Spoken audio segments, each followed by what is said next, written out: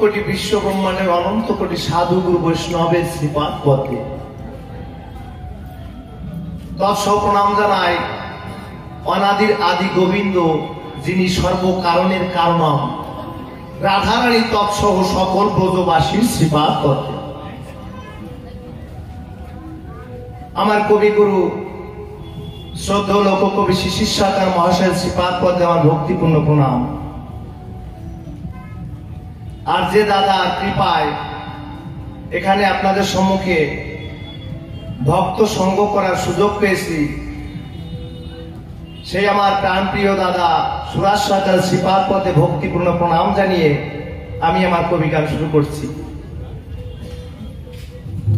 হয়তো কবিগানের মধ্যে অনেক ভুল ত্রুটি হতে পারে বা হবে, তাই সকলের সন্তান জ্ঞানে আমাকে ক্ষমা করবেন। কমিটির সিদ্ধান্ত মতে আজ এখানে ভক্ত এবং ভগবানের মধ্যে একটি পালা অনুষ্ঠিত হবে। প্রভাত যজ্ঞ, একদিকে ঋষিদের শ্রেষ্ঠ নারদ মুনি, অপরদিকে ভগবান শ্রীকৃষ্ণ। আমি নারদ মুনির ভূমিকায় কিছু প্রশ্নপত্র অর্পণ করব, আর ভগবান শ্রীকৃষ্ণ তার ভূমিকা ধরে আমার দাদা সুরাজ সরকার জবাবগুলো অর্পণ করবেন। তাই ভূমিকায় যাওয়ার আগে আমি আপনাদের স্বর্ণাভাগে একখানা গানের আয়োজন করি, তারপর ভূমিকায় প্রবেশ করি। হরি বল।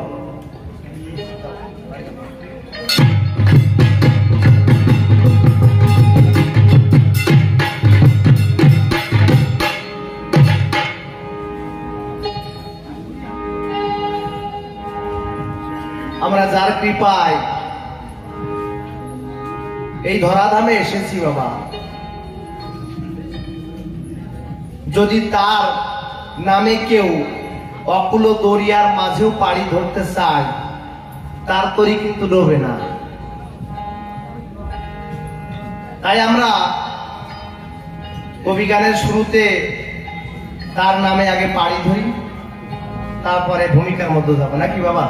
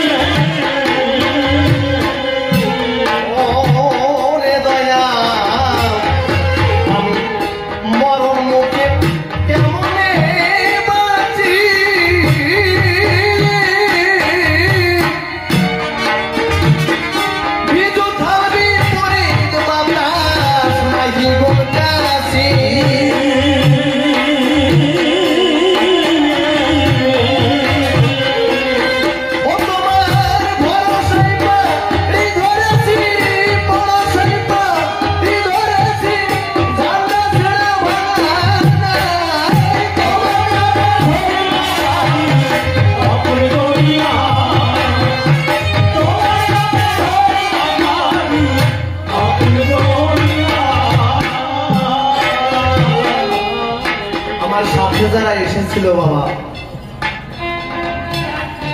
তারা যার যার নিজের দেশে সবাই চলে গেছে। আগে যারা নৌকা খুলে ফেলেছে তারা গণের জোয়ার পেয়ে যার যার দেশে ফিরে চলে গেছে, কিন্তু আমি অভাগা সেই গণের জোয়ার ছেড়ে দিয়ে একা পড়ে আছি অকুল দরিয়ার মাঝে। তাই পাগল বিজয় গাইলেন, আগে যারা নৌকা খুলেছে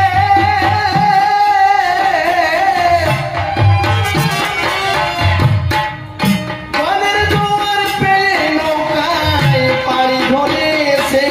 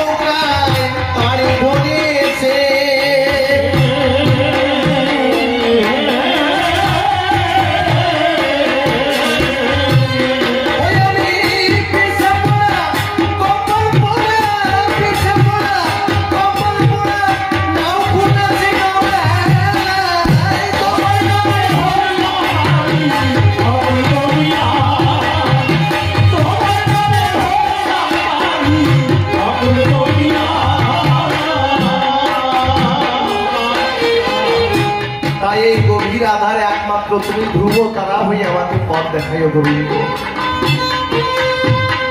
ও রে দয়াল, আমি দিশেহারা এই গভীর আধারে,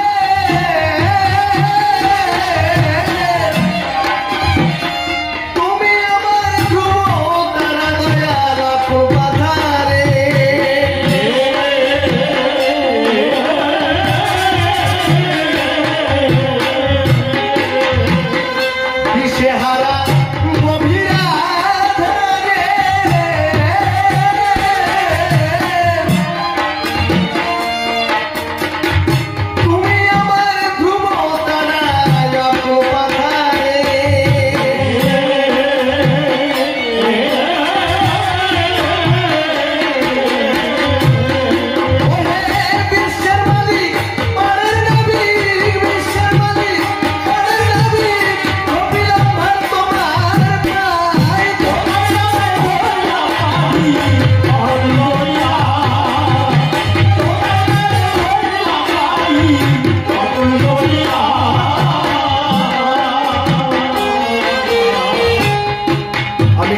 তুমি নাকি পতিত পাও, জগতে এই পতিতদের উদ্ধার করবার করে এসেছো মনে করে, তাই তোমার কৃপা সকলের উপর বর্ষিত হয়।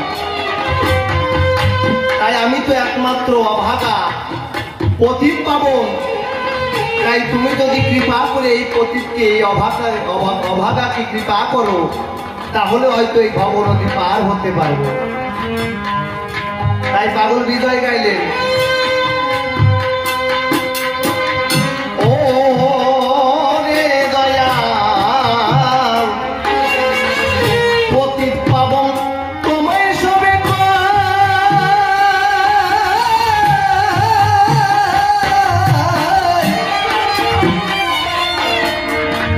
আমার হতে জানা যাবে তোমার দয়ার পরিচয়।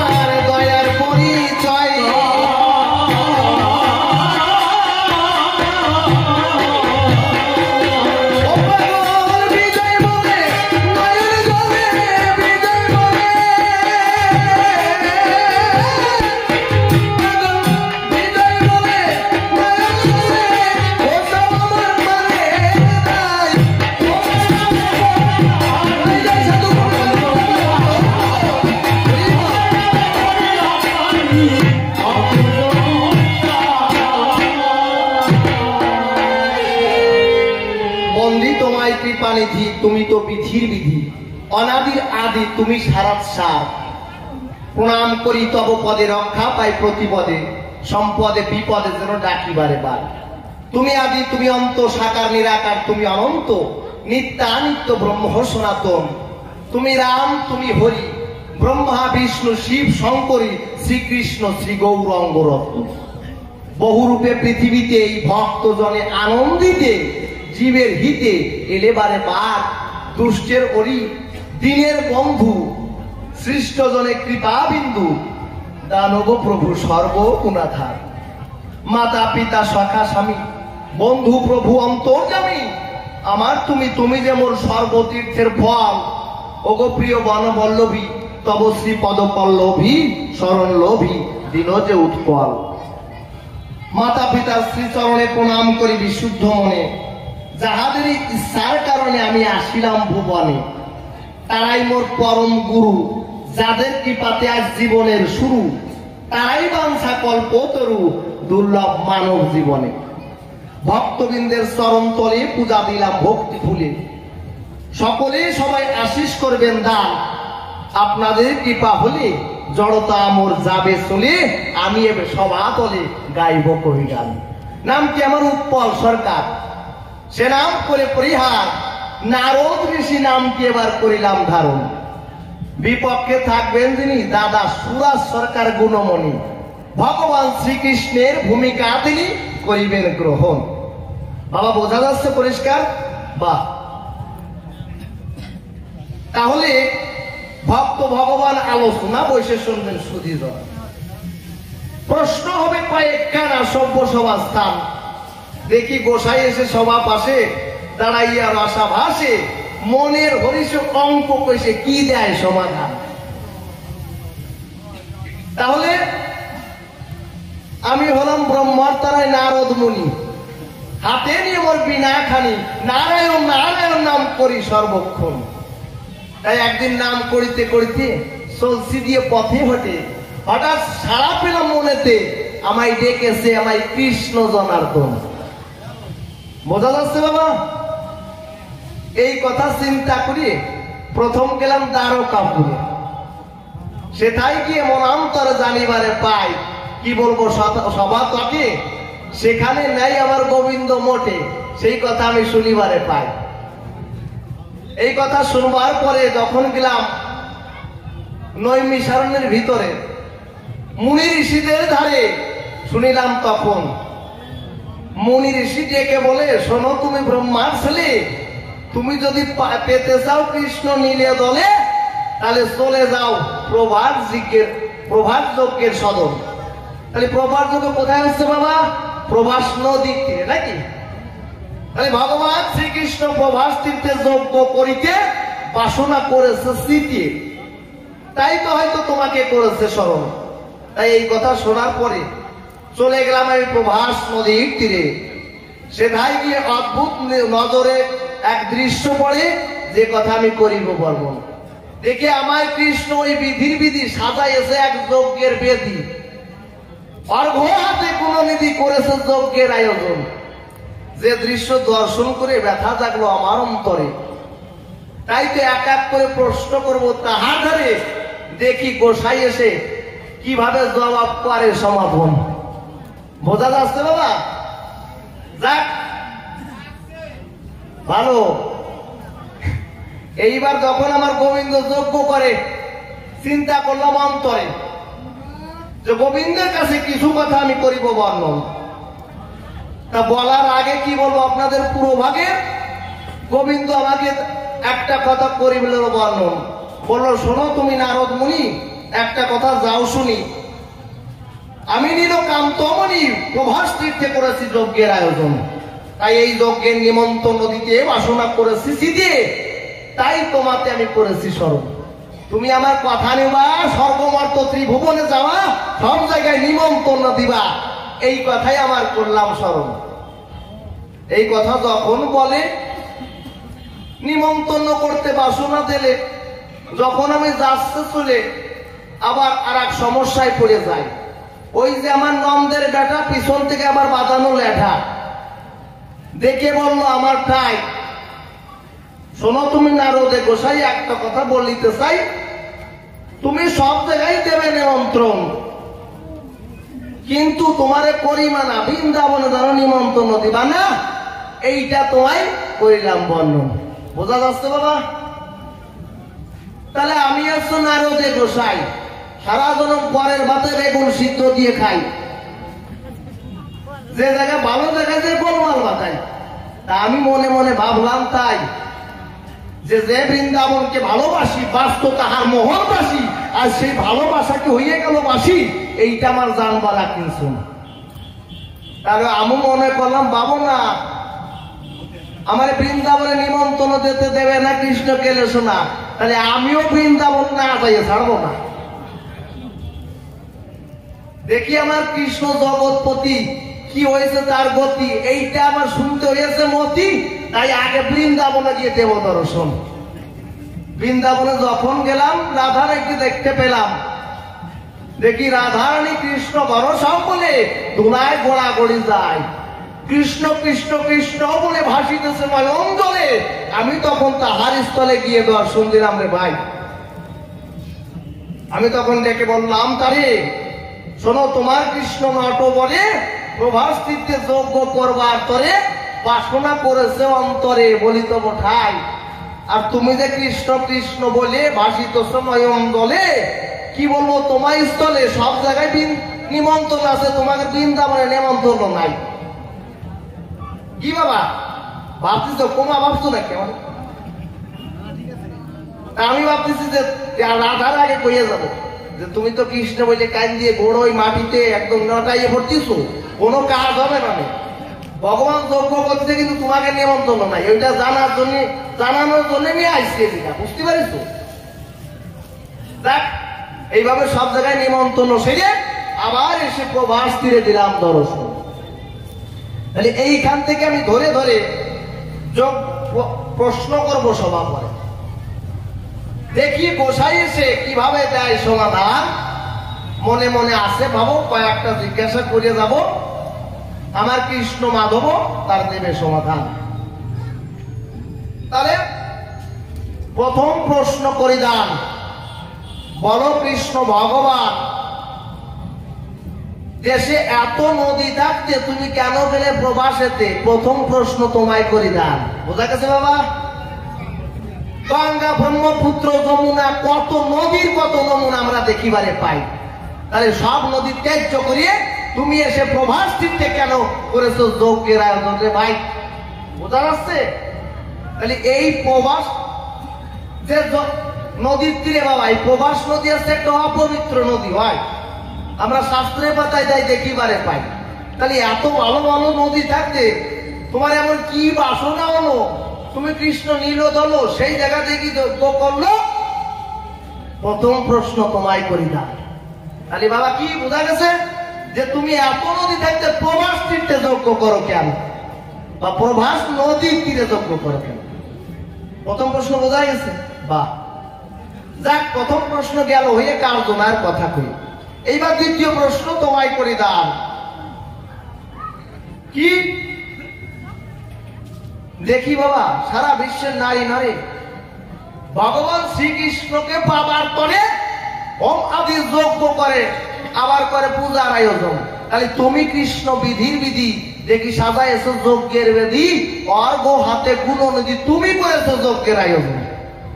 তাহলে এইটা আমার জানিবার বিষয়। বলো কৃষ্ণ রসময় খুলে বলো কাব্য সবাই জানবার কিন্তু তুমি কাকে পাবার করে দাঁড়িয়ে এই প্রভাস দিয়ে করেছো যজ্ঞের আয়োজন। তোমার উপরে বড় কেবা সেই কথাটা একটা খুলিয়ে কবা, শুনবেন যত দেবী দেবা সভ্য সবারই সব। বোঝা গেছে বাবা? তাহলে তুমি এই যজ্ঞর অর্ঘ হাতে ধরে দেবে কাহার চরণ পরে, কে আছে তোমার উপরে? এই দ্বিতীয় প্রশ্ন তোমায় করলাম উত্থাপন। তাহলে কি বললাম বাবা? যে তুমি ভগবান হইয়ে যজ্ঞ করো কেন? আমরা যজ্ঞ করি তোমারে পাওয়ার জন্য। তুমি আসছে সর্বসর্বা, তুমি সর্বশক্তিমান, তুমি অনাদিরাদি কৃষ্ণ, অনাদিরাদি গোবিন্দ, তুমি সর্বকারণের কারণাম। তাহলে খুলিয়ে বলো সমাধান, তুমি ভগবান করো কেন? তাহলে এই যজ্ঞর অর্ঘ দেবে কেন, সেই কথাটা খুলিয়ে বলবার স্বভাব হয়। বোঝা গেছে বাবা? আমার গোসাই আসবে না বাবা, কিন্তু আমি এক বলে গেলাম তো গোসাই এসে আর এক কথা বুঝে গেল, দেখবেন? হ্যাঁ বললাম, দেখবেন আপনারা একটু মিলিয়ে দেখবেন। আমি যেভাবে বললাম গোসাই সেইভাবে জবাব দেবেন। মানে একজনের 13টা মাই হয়েছে, তার 12টা বিয়ে হয়েছে, একটাই যে বাজিয়ে গেছে। তো ওরে কালারে ভাই, ও কেউ নিতে চায় নাই। তাই বিহারের একটা ছেলের সাথে কোনো কাজায় ঘটক ধরে বিয়ে ঠিক হয়েছে। বিহারের যে ছেলে আছে, কি বলবো আপনাদের কাছে, ওরা তোর বাংলা সাথে বোঝো না, হিন্দিতে সব কয়। তা ওই যখন বিয়ে হয়ে গেছে, শাশুড়ি মারে প্রণাম করে আশীর্বাদ নিয়ে তো জাতীয় ভাই প্রণাম করে মাথা দিক চাইয়ে দেয়। ওরে কপাল, শাশুড়ি মাঝে কি মাথা সু মেঘের মতো কালা, একটা ওই নাই ধলা। তা ওইভাবে চলে গেছে, 15 বছর কাটিয়ে গেছে। 15 বছর পরে আবার একটু শ্বশুর বাড়ি আইছে। তা দেখে শাশুড়ি মা ওই বারান্দায় বসে কুলোই করে চাল যাচ্ছে। এখন তো আর বাবা সেই ধান ভাঙানো নাই, আছে নাকি? চাল কিনে আনে গ্যাসের উপর চাল বসাই দেবে, তাই বিটিটা পারে না। ওদিকে সিরিয়াল হয়ে যায়, আর ওই গ্যাসের উপর ভাত পুড়িয়ে ছাই হয়ে যায়। মিনসে খাসিয়ে নে পুরা কয়লা। আমার রান্তি কইছে। আর আগের মারা বাবা ধান বানিয়ে তারপর চাল কাড়াইয়ে সেইটি আবার ঝাড়িয়ে তারপর রান্না করতে হতো। ওই মা চাল ঝাড়তেছে, আর ওই জামাই যে দেখছে শাশুড়ি মা চাল ঝাড়তেছে, যাইয়ে শাশুড়ি মারে ষষ্ঠাঙ্গে প্রণাম করেছে। প্রণাম করিয়ে মাথা দিক চাইয়ে ওরে কপাল। 15 বছর আগে দেখলাম শাশুড়ির চুল মেঘের মতো কালা ছিল, আমাদের সব ধলা হয়ে গেছে। ওই মাথা দিক চাইয়ে বাবা চুল রে আবার হিন্দিতে কি জানা কয় না, ওই তো বাংলা কি কয়, তো ওই জামাই কয় মাইজি আপনার বান পাকিয়া।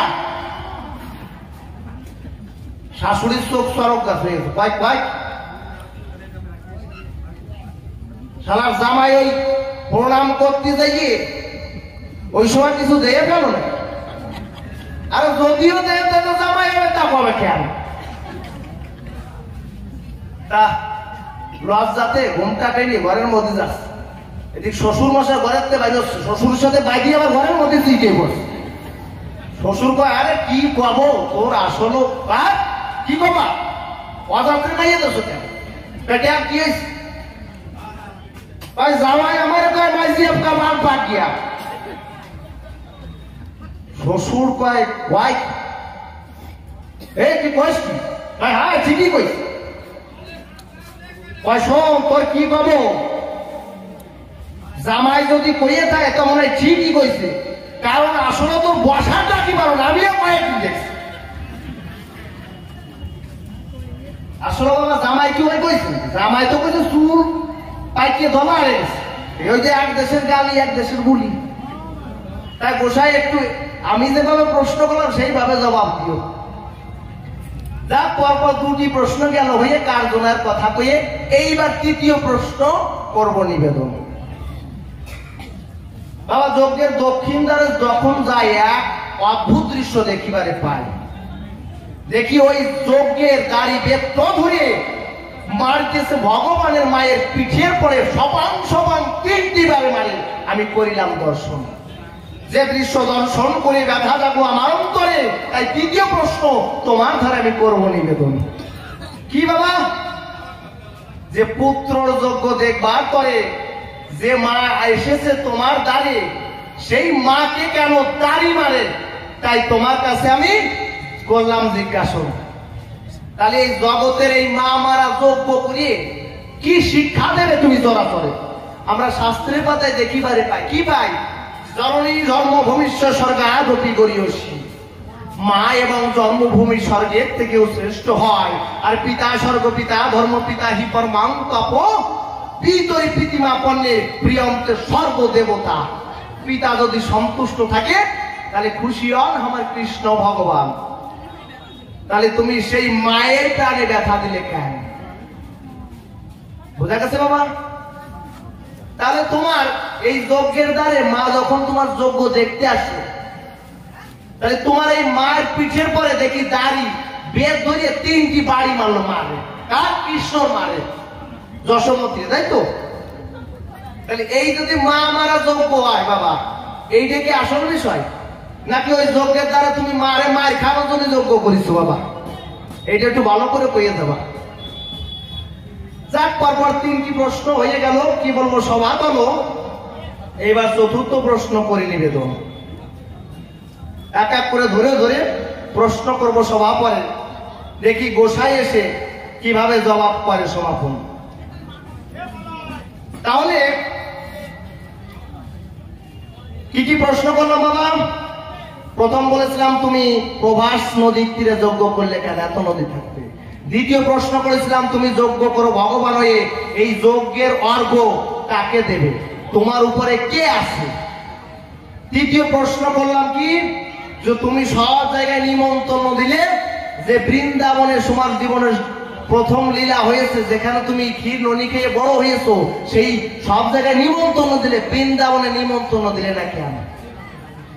আর 4র্থ প্রশ্ন করলাম যে তোমার মা যজ্ঞ দেখতে আসলো তোমার, আর সেই যজ্ঞের দাড়ি বেত্র ধরিয়ে তোমার মায়ের পিঠের পরে সপং সপং বাড়ি মারে, তাহলে তুমি এই মা মারা যজ্ঞ করো কেন, আর তোমার মাতা যজ্ঞের দ্বারে মায়ের খাই কেন। বোঝা গেছে বাবা? সাইড হয়ে গেল, আর দেবো নাকি? থাকবে? আচ্ছা থাক। তাহলে যাক, আর তবে বেশি বলে কার্যনার সভাতলে এইবার সুরতলে গারণে করি আয়োজন, ভক্ত ভক্ত নারী নারী শ্রবণ করবেন ধৈর্য ধরে বসিয়া সবারই সদন। আমার গোসাই বাবা কাঁঠাল নিয়ে আসছে, যে কাঁঠাল খাইয়ে দিয়ে আবার বাড়ি যাবেন সবাই, বুঝছেন?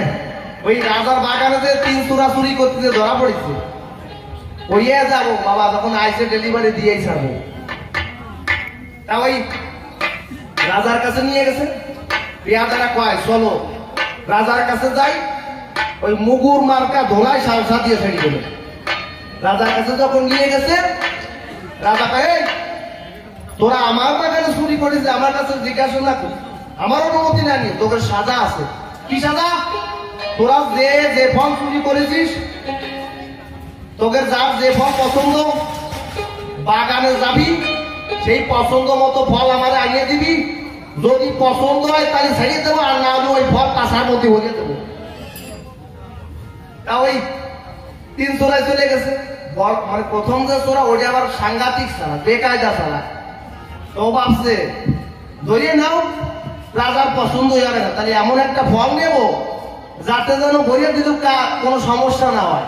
কি করেছে, খুঁজে গেছে একটা আঙুর ফল পাইছে, যদি পছন্দ নয় খাইছে বড় না, ফটাস করে বলিয়ে যাবে। তাহলে কি হবে, ওই যে আঙুর ফল নিয়ে গেছে, রাজা কয় এই কে আসছিস ধর, ধরিয়ে পাশার মধ্যে কায়দা মতো ভর। কয় রাজা মাসে ভরালা করি না, আমারটা আমি নিজেই ভরে নিবানি। তা পরে তোরা আছে, ওইটা আবার ভাবতেছে রাজা যদি পছন্দ না করে, ভালো বাইসিয়ে বাইছে ডাসা পেয়ারা একটা নিয়ে আসে। আনার পর রাজা কয় এই পেয়ারা আমার পছন্দ না, কিরা আসিস ধরো, আর এখানে পাশার মধ্যে এই পেয়ারা ভালো করে ভরো।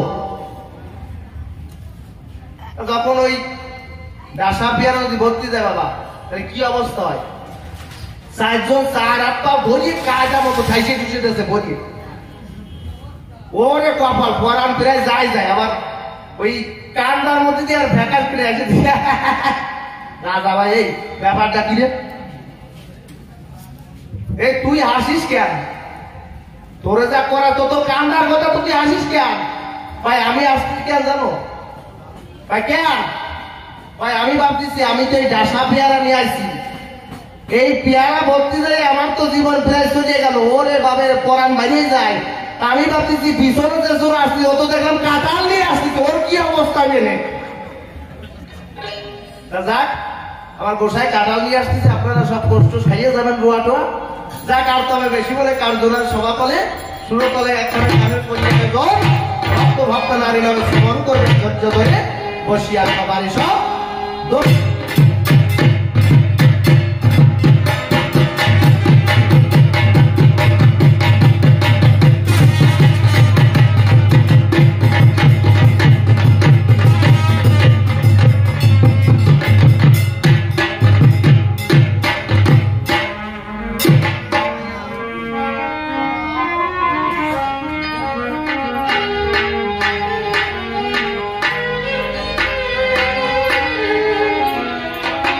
বিজয় বাবু গেলে একখানা রসিক বাবু গেলে নাকি বাবা?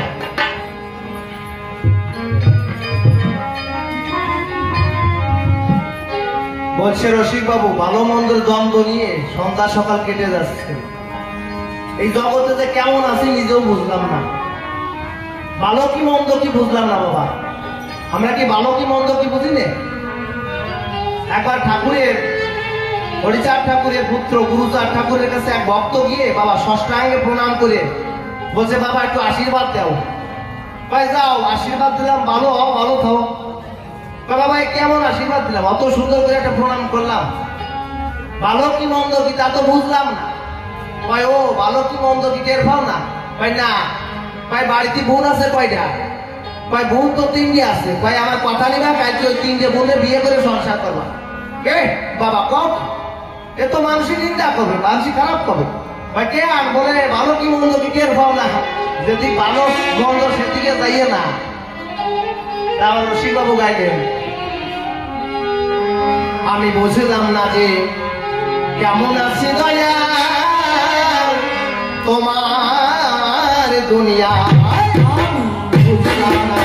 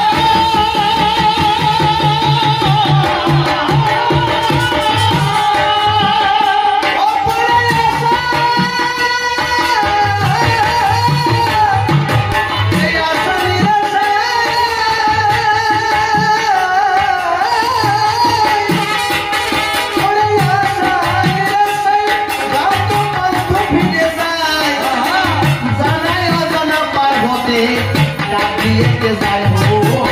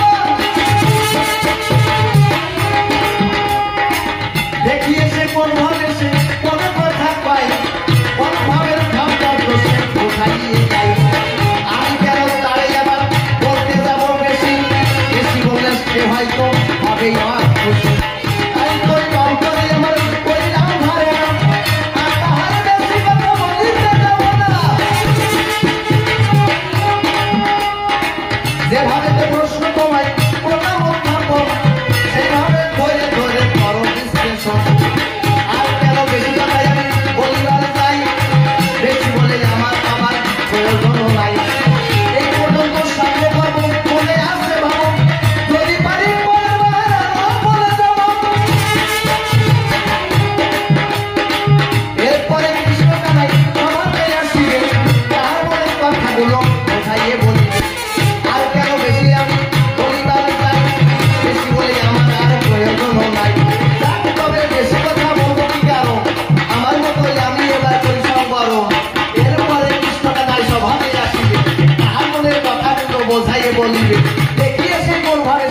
কথা কয় আর কোনোভাবে ভাবতত্ত্ব বোঝাইয়ে দেয়। আমি কেন তারে আমার বলতে চাই বেশি বেশি বলতেছে হয়তো আর হবে ওরা খুশি, তাই তো আমি তারে করি বিবেচনা আর তাহারে বেশি কথা বলিতে যাবো না। এই পর্যন্ত সঙ্গে করবো মনে আছে ভাবো, যদি পারি পরের বার আরো বলে যাবো কেন বেশি কথা আমি আবার বলি মারে যাই, তবে বেশি বললে আমার আর প্রয়োজন নাই। এদিকে যে আপনারা ভাবতো এবার ভক্ত না করে যায় সবাই চরণ ভক্ত মানে আমায় আশীর্বাদ করো, এই চরণ ধুলি তুলে দেয় আমার, তবেই তো ধন্যবাদ তাই তাই প্রণাম জানানো সবাই তাই কি ভক্ত আছে তাহা কেউ করবে না চরণ করা। এদিকে আপনারা মাতৃ জাতি সকলে চরণে জানায় প্রতি কি ভক্ত আছে তাহা কেউ করবে না চরণ করা। আপনারা করলে আশীর্বাদ ভুলে যাবে সেই সত্তর বেশি কথা আমি বলতে পারি না, সঙ্গে হয়ে গেল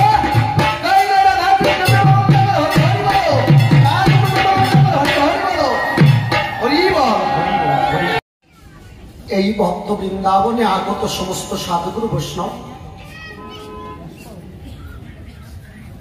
আপনারা যারা হরি কথা কৃষ্ণ কথা শ্রবণার্থে এই ভক্ত বৃন্দাবন আসলে পদার্পণ করেছেন, আমি সমস্ত ব্রজবাসীর শ্রীপাদ পদ্মে জানাই সভক্তি প্রণিপাত। প্রণামী জানাই যিনি অনাদিরাদি গোবিন্দ সর্বকারণের কারণ, আমার বিশ্বপিতা শ্রীকৃষ্ণ শ্রীমতী রাধারানী উভয়ের যুগল পদ্মে, তদরূপ পিতামাতা শিক্ষা গুরু দীক্ষা গুরু সহ কবি গুরুর শ্রীপাদ পদ্মে জানাই সভক্তি প্রণাম। আমার এই বছর দিয়ে মনে হয় এই আসলে 4 বছর হবে পরস্পর। আপনাদের এইখানে আপনারা সবাই জানেন এই ভক্ত বৃন্দাবন বাসরটা রচনা করেছিলেন স্বর্গীয় শ্রদ্ধেয় গণপতি মণ্ডল, তৎপুত্র রবীন মণ্ডল, বর্তমান কর্ণধার। আর আপনারা এলাকাবাসী বাজার কমিটি সবাই মিলে সহযোগিতা করে আজকে মিলে হয় 53 বছর, তাই না বাবা? এই ভক্ত বৃন্দাবন বাসরটাকে অক্ষুণ্ণ রেখেছে। যিনি এই ভক্ত বৃন্দাবন বাসর রচনা করেছিলেন স্বর্গীয় গণপতি মণ্ডল, তিনি তো দেহ ধরে ধরাধামে আমাদের ভিতরে নেই। সেই পরমাত্মা শুদ্ধ বিশুদ্ধ আত্মা যেন আমার দীনবন্ধুর শ্রীপাদ পদ্মে জায়গা পায়। এই দেশে যেমন হরিভক্ত কৃষ্ণ ভক্তের সঙ্গ করত, ওই দেশেও গিয়ে যেন মধুর হরিভক্ত কৃষ্ণ ভক্তের সঙ্গ করতে পারে। আপনারা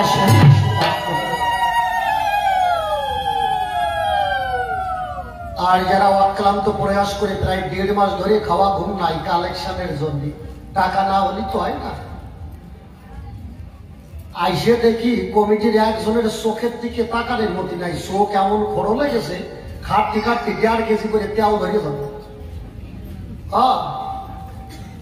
তাহলে এই যে অক্লান্ত প্রয়াসটা করা কেন? আজকের এই পালার সিদ্ধান্তটা শুনে বড় ভালো লাগলো। আমরা রায় রামানন্দ করেছি, গত বছর বলভদ্র করলাম, তার আগে মনে হয় সম্ভবত 3 যুগ না 4 যুগ নিয়ে আলোচনা করেছিলাম, আর এই বছর প্রভাত যজ্ঞের আলোচনা।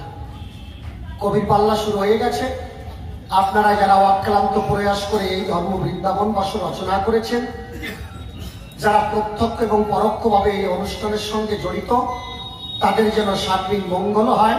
দয়াল দীনবন্ধু, যতদিন চন্দ্র সূর্য থাকে, যতদিন পৃথিবী থাকে, ততদিন যেন এইখানে ভক্ত সঙ্গে প্রেম তরঙ্গে মধুর হরি কথা কৃষ্ণ কথা হয়, সেই কামনা। আচ্ছা দাদা, গেইনটা অল্প একটু গেইনটা করো তো। জয় হরি বল, হরি বল। আচ্ছা ঠিক আছে থাক। জয় হরি, হরি বল। আচ্ছা ঠিক আছে থাক। আমরা আলোচনায় যাব। কবির পাল্লা শুরু হয়ে গেছে। আমার বিপক্ষীয় কববক্তা নাম ধরেছে ভক্ত শ্রেষ্ঠ নারদ মুনি। নারদ কয় যে বাঙালির মাইয়ে বিহারির সাথে বিয়ে দিয়েছে, শাওরির নাকি কি পাকিয়ে গেছে। ও হারামজাদা তো জীবনে বিয়েই করে নাই, নারদ জীবনে। ও কি করে টের পালো যে শাওরির ওই জায়গা পাকা আছে? হ্যাঁ, ও তো বিয়েই করে নাই, কি করে টের পালো যে ওই জায়গা পাকা আছে? মানে আমি পুনরায় উদ্ধৃতি দিয়ে আমি আপনাদের ভাবটাকে নষ্ট করতে চাচ্ছি না, তবে আমার মনে হয় এটা নারদকে বাড়ির ঘটনা। ওর মাঠটা ফাঁকি গেছিল, ওর বাবা এসে দেখছিল। তা না বলি এই কথা কতি পারে যে মাইজি আপকা ওই পাক গিয়া সাটাম দেয়া ও অধিবাসে দেখতে কিনা টেয়ার পাও না। তবে প্রশ্নগুলো করেছে বড় সুন্দর সুন্দর। ওই একজনে চাষি মানুষ, উনি দুইটে সার কিনছে লোকের জমি চাষ করবে, দুইটে সার কিনছে, সার দিয়ে লোকের জমি চাষ করবে, সংসার ক্যালকেলাইয়ে চলে যাবে। আবার বাড়ি দুইটে পাটা ছাগল আছে। এখন ওই পাটা ছাগল দুইটে রাখছে, দেখবেন অনেক সময় পাটা ছাগল বাড়ি থাকলে পরে বিভিন্ন কাজে লাগে। ওই পাটা ছাগলের ধারে যদি অন্যের মাইয়ে ছাগল আনে, একবার কোনো কাজ ছেড়ে দিলি পরে 50 টাকা পায়। কি বাবা আছে না? কি করবে গাই গরু আর পাটা ছাগল? আপনারা তো জানেন গোয়াল ঘর চাষি মানুষ জায়গা কম, এক গোয়াল ঘরের ভিতরে ওই পাটা ছাগল আর ওই গাই ওই আইয়ে গরু দুইটে ঢুকিয়ে রাখছে। এখন ওই আইয়ে দিয়ে যে লোকের জমি চাষ করে, আইয়ে জমি চাষ করে আসার পরে আইয়ের পা ব্যথা হয়ে যায়। আইয়ে এসে কতরানি শুরু হয়ে যায়, আর ওই পাঠা যে দুইটা, ওই দুটোও প্রায় আগের সাইজে হয়ে উঠেছে, বললেন তো।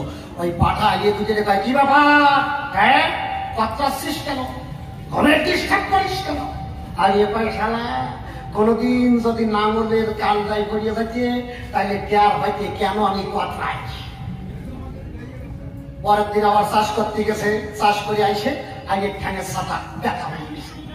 আগে আবার কতরানি শুরু হয়ে গেছে, হঠাৎ কাতরাইস না, ঘুমের ডিস্টার্ব করিস না। আর এ কয়, বন্ধু তুই যদি আমাকে মতো জোড়নে পড়তিস তাহলে টেয়ার পাতিস যে কেন কতরাই। তাই কেন তুই পাঠায় এবার বুদ্ধি দিচ্ছে, শোন তোরা এইভাবে জমি চাষ করবি, গদ এলো বেটা আমা হয়েছে মা, হয়েছে ঠিক আছে মা, বলি বাবা ওইখান থেকে 2 গুল্লি দিয়ে চলে যাবো, আমার এমনি একটু বাস হবে সমস্যা, 2 গুল্লি দিয়ে চলে যাবো মা, ঠিক আছে। এইবার ওই আগের পাঠা বুদ্ধি দিচ্ছে, শোন মালিক পরের দিন ভোরবেলায় যেই তোরে জমিতে নিয়ে যাতে আসবে, তুই ঠ্যাং ওপর দিক দিয়ে শীত হয়ে শুয়ে পড়বি। মালিক ভাববে তোর ঠ্যাঙের ছাতা ভাঙিয়ে গেছে বা ঠ্যাঙের কোনোরকম অসুবিধা হয়েছে, তোরে আর জমিতে নেবে না, জমির ছাতাও চাষ করা লাগবে না। আগে তো ওই আগের মাথায় পাঠা 16 পয়জন ঢুকাইয়ে ফেছে, আগের বুদ্ধিতে কাজ হয়েছে। আগে পরের দিন ভোরবেলায় মালিক আসার আগে ঠ্যাং ওপর ঠিক দিয়ে শীত হয়ে শুয়ে পড়ছে। মালিক এসে তো একটা সর্বনাশ, আগের ছাতা তো ঠ্যাং উঁচু করে দিয়ে শুয়ে রয়েছে। এইবার লোকের কন্ট্যাক্ট নেওয়া, জমি যদি চাষ না করি পয়সা তো আর হবে না, তাহলে সংসার চলবে কি করে? বউরে কয়, শুনছো? তাই কি? তাই আগের তো ঠ্যাং ভেঙে গেছে, ঠ্যাং ওপর দিক দিয়ে শীত হয়ে শুয়ে পড়েছে, তাহলে এই পরের জমি কন্ট্যাক্ট দিছি, সংসার চলবে কোন কায়দায়? ওর বউ তাড়াতাড়ি গোয়াল ঘরে যাইয়ে দেখে সত্যি সত্যি আগে 2 আগে ঠ্যাং ওপর দিক দিয়ে শীত হয়ে শুয়ে রয়েছে। এইবার ওর বউ গোয়াল ঘরে গিয়ে একবার ওই পাঠার দিকে তাকায়, একবার আগের দিকে তাকায়, একবার পাঠার দিকে তাকায়, একবার আগের দিকে তাকায়। এইবার ওর বউ তাকাইয়ে দেখে পাঠা দুইটি আগের সাইজের মতো হয়ে উঠেছে। ওর বউ কয়, এক কাজ করো, আগে যখন ঠ্যাং ভেঙে পড়েছে তুমি ওই পাঠা নিয়ে চলে যাও, ওই গিয়ে জমি চাষ করে আসো। যাও, সাইজ তো দুজের প্রায় 100। পাটারে জমিতে নিয়ে গেছে, জোরে বেলা গেছে, পাঠা কলে পাঠা পড়িয়ে গেছে, বুঝলেন তো? পাঠা কলে পাঠা পড়িয়ে নিজেই পড়িয়ে গেছে। আচ্ছা আপনারা বলেন দেখি, পাঠা দিয়ে জমি চাষাই নাকি? পাঠা কোন রকমের 2-4 গুল্লি দেওয়ার পরে পাঠার পাশা দিয়ে মিহিদানা পড়া শুরু হয়ে গেছে। পাঠা চাইতে পারবে না, পাটারে কয় হাট হাট, পাটা হাটে না, মালিক সাথে সাথে কষা রামা কষা দেওয়া শুরু করেছে। দিন ভরে পাটারে মারিছে, জমির ছাতা তো আর চাষ হয় নাই, খালি জমি গেজাকে ঠিক চলে গেছে। মালিক পাটারে গোয়াল ঘরে ঢুকাইতেছে গরুর ঘরের সাথে। এইবার আজকে যাইয়ে, অন্যদিন তো গরু কতরা, তো আজকে জোড়নে পড়িয়ে পাটা শুরু দিয়ে গেছে। গরু কয়, কি ব্যাপার রে কাতরাস কে, ঘুমের ডিস্টার্ব করিস না? পাটা কয়, বলতো তোরে বুদ্ধি দিয়েছে, কি বিপদে পড়িস? এমন ট্যাঙ্ক তো আমারটাই উপরে উঠে গেছে কত। আমি তো আর পারি যে তোর চরণ ধরে বলতেছি গরু ভাই তুই তোর পাটা নিচে নামা। আগে পাই এই পা যখন একবার উপরে দিক তুলিছি এই সিজনের মধ্যে আর নামাবো না। তুমি সাজা, তুমি যা প্রশ্ন করিস আজকে এই সিজনের মধ্যে তোমার আর আসরে বসা আশা লাগবে না। ঠ্যাং ওপর দিক দিয়ে শীত কালাইয়ে শুয়ে দাও দিয়া। আমাকে সুন্দর সুন্দর প্রশ্ন করেছে। তোমার মা প্রবাস কিনারায় এসে কেন ঝাঁটার বাড়ি খেলো? তুমি এত জায়গা থাকতে একটা অপবিত্র নদী, যে নদীর জোয়ার ভাটা নাই, সেই নদীর তীরে কেন তুমি যজ্ঞ করো? এই যজ্ঞের অন্ধকার পায় দেবে কে তোমা হইতে শ্রেষ্ঠ, আর কেন বৃন্দাবনে নিমন্ত্রণ দিবে? এই তো প্রশ্ন। আমরা একটা গান গাবো, আমার মায়েরা একটু জয়ের ধ্বনি, বাবারা একটু সবাই মিলে হরির ধ্বনি করতেন। ধরো ধরো ধরো হারমোনিয়াম ঠিক আছে রাখো তো, একটু চড়া চড়া লাগে নাকি? আমার সবাই মিলে আমার মায়েরা একটু জয়ের ধ্বনি, বাবারা একটু হরির ধ্বনি করতেন।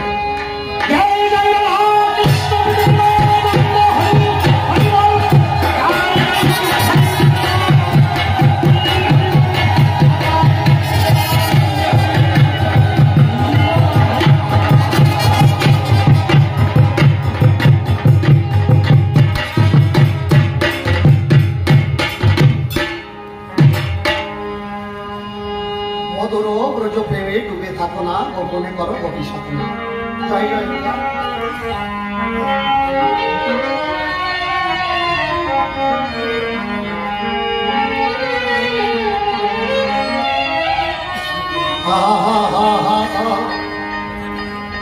মধুর ব্রজ প্রেমে, মধুর ব্রজ প্রেমে অগ ডুবে থাকো না, গোপনে করো গোপী সাধনা সাধনা।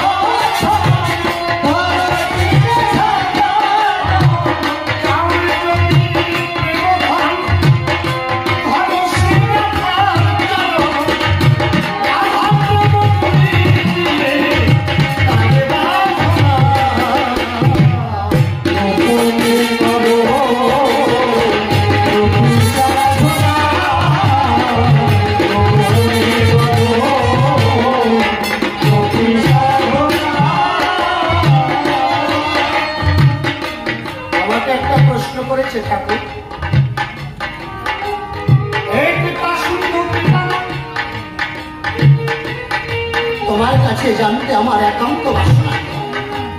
ঠাকুর, তুমি আজকে বিশ্বের সমস্ত মানুষ তোমাকে পাওয়ার জন্য সন্দেহ করে তুমি আজকে তাকে পাওয়ার জন্য যোগ্য করেছো নটবর।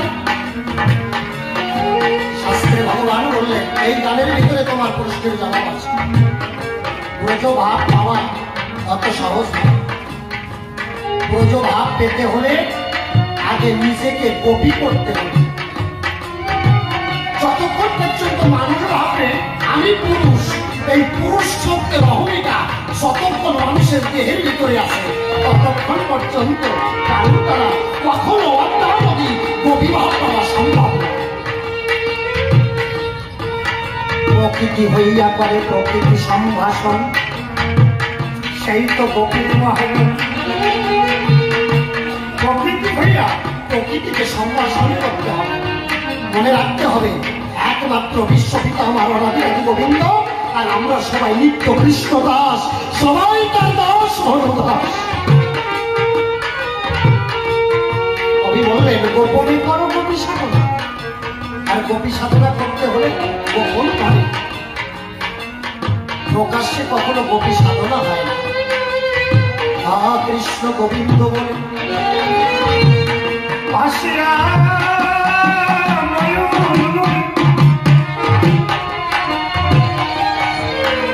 কৃষ্ণ গোবিন্দ বলে আসিয়া নয়ন নরে বাজাবার ঘরে যখন গোবিন্দের নাম জপ হবে হৃদয় মন্দিরে, যখন গোবিন্দ আসিয়া অধিষ্ঠিত হবে তখনই তুমি গোপী, তখনই তুমি ব্রজ রসের রসী। ব্রজ ভাবটা কেমন? বৃন্দাবন ছেড়ে গেলে কৃষ্ণ বন আধারা গায়ে রেখেছে বৃন্দাবন। ব্রজের পথে আধারানি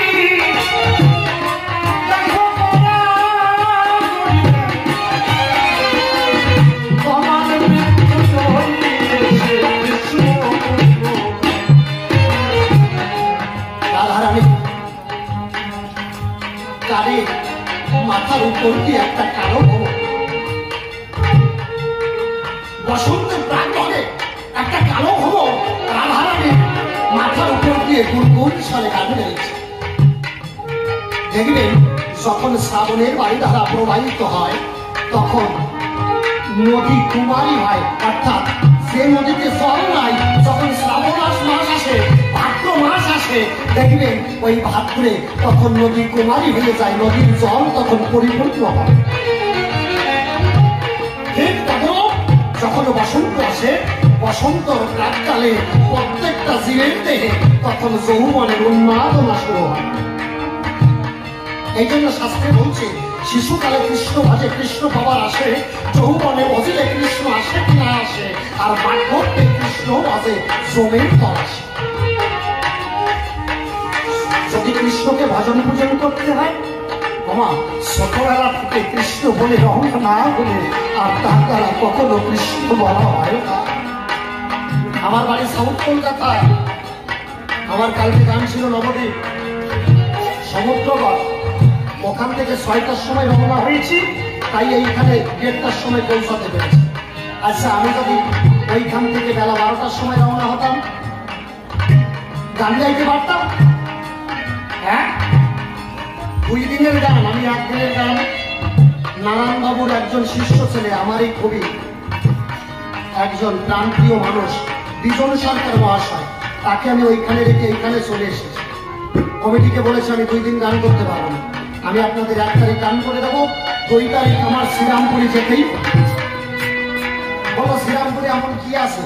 আপনার 2 দিনই তো টাকা দিচ্ছি আমরা 50,000, অসুবিধা করবো না। আমি ওই টাকা দিয়ে ভালোবাসা কেনা যায়, ও জায়গায় যা দেবে আমার তাই দিতে হবে, টাকা দিয়ে ভালোবাসা কেনা যায় না। তার কারণ ভালোবাসা একটা সম্পদ, এমন একটা সম্পদ যা মানুষের হৃদয় থেকে হৃদয় দিয়ে অর্জন করে নিতে হয়। চলে এসেছি কমিটির সাথে যখন লাইনা ধরেছে এই কথা বলেই লাইনা ধরেছে। তাহলে শিশুকালে কৃষ্ণ ভজে কৃষ্ণকে পাওয়ার আসে, যৌবনে কৃষ্ণের ভজন পূজন করবেন, দেখবেন কৃষ্ণ আসতে পারে নাও আসতে পারে। আর যখন বার্ধক্য আসে তখন মানুষ কৃষ্ণকে ভজন পূজন করো কেন? ভয়ে যে গোবিন্দ জীবন মনে তোমার নাম গুণাগুণ কীর্তন করলাম না, হয়তো মরে গেলে নরকে যেতে হবে, সাজা পেতে হবে, তাই তুমি আমাকে দয়া করে পার করে দিবে। তাই বার্ধক্যে কৃষ্ণ ভজে কেন? সোমের পাশ অনেক দূরের পথ হলে সহজ সকাল থাকতে রওনা দিতে হবে। তেমনি যৌবনের প্রাককালে যদি হা কৃষ্ণ গোবিন্দ বলে দেহ করি গোবিন্দের নামে দান করা যায়, আমার গোবিন্দ কৃপমায় আসি আমি মন্দিরে তার ঝাড়ের দেবতা, তার প্রাণের দেবতা আমি পায়ে ধরা।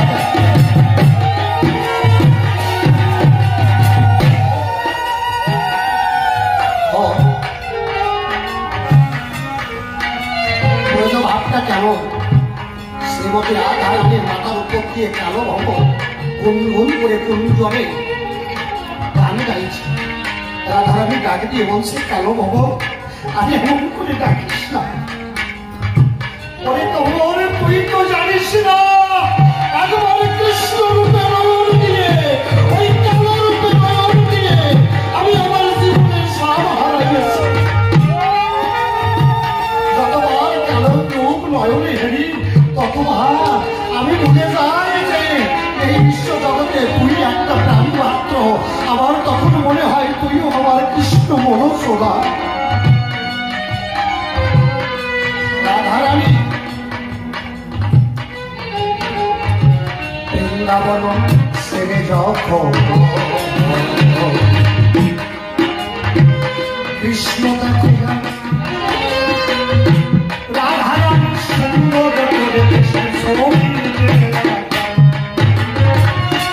রাধারানী কৃষ্ণ বৃন্দাবন ছেড়ে চলে গেছে। শ্রীমতী রাধারানী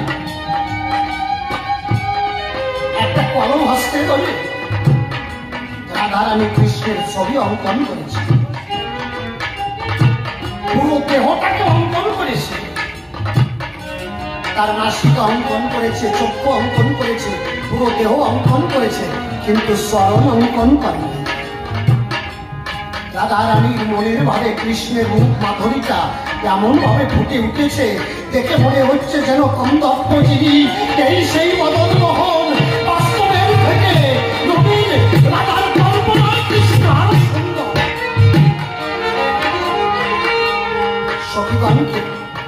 সখীগণ গিয়ে দেখে রাধারানী মৃত্তিকায় কৃষ্ণের ছবি অঙ্কন করে নিয়েছে। সখীগণ দাঁড়িয়ে বলছে, রাধা কি তুই আমাদের প্রাণবল্লভ কৃষ্ণের ছবি এঁকেছিস? রাধা কৃষ্ণের ছবি এঁকেছিস, কৃষ্ণের দেহটা অঙ্কন করেছিস, হস্ত দিয়েছিস, দেহ দিয়েছিস, তার স্মরণ দিবি না কেন? তার স্মরণ খানে কেন অঙ্কন করলি না? রাধা বলছে, সখী রে স্মরণ দাঁড়িয়ে আমার কৃষ্ণ যদি আমাকে ফেলে হেঁটে চলে যায়, স্মরণ দাঁড়িয়ে কৃষ্ণ হাঁটিয়া চলিয়া যায় যদি। ব্রজের সখীরা বলছে, রাধা ওরা কি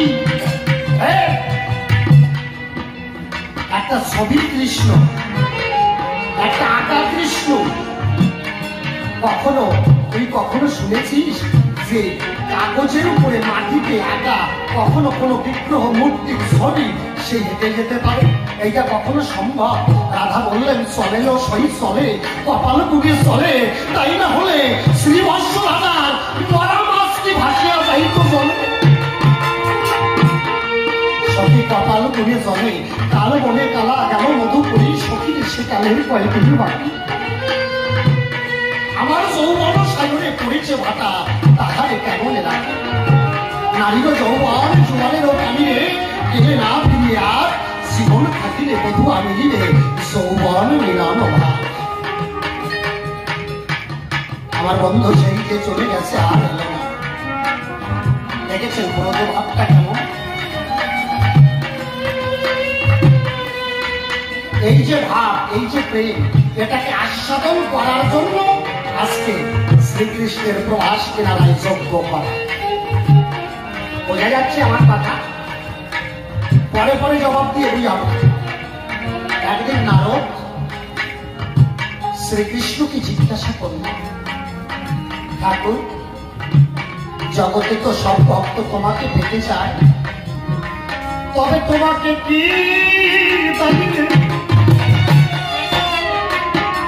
তুমি সন্তুষ্ট থাকো কৃষ্ণ রসময়।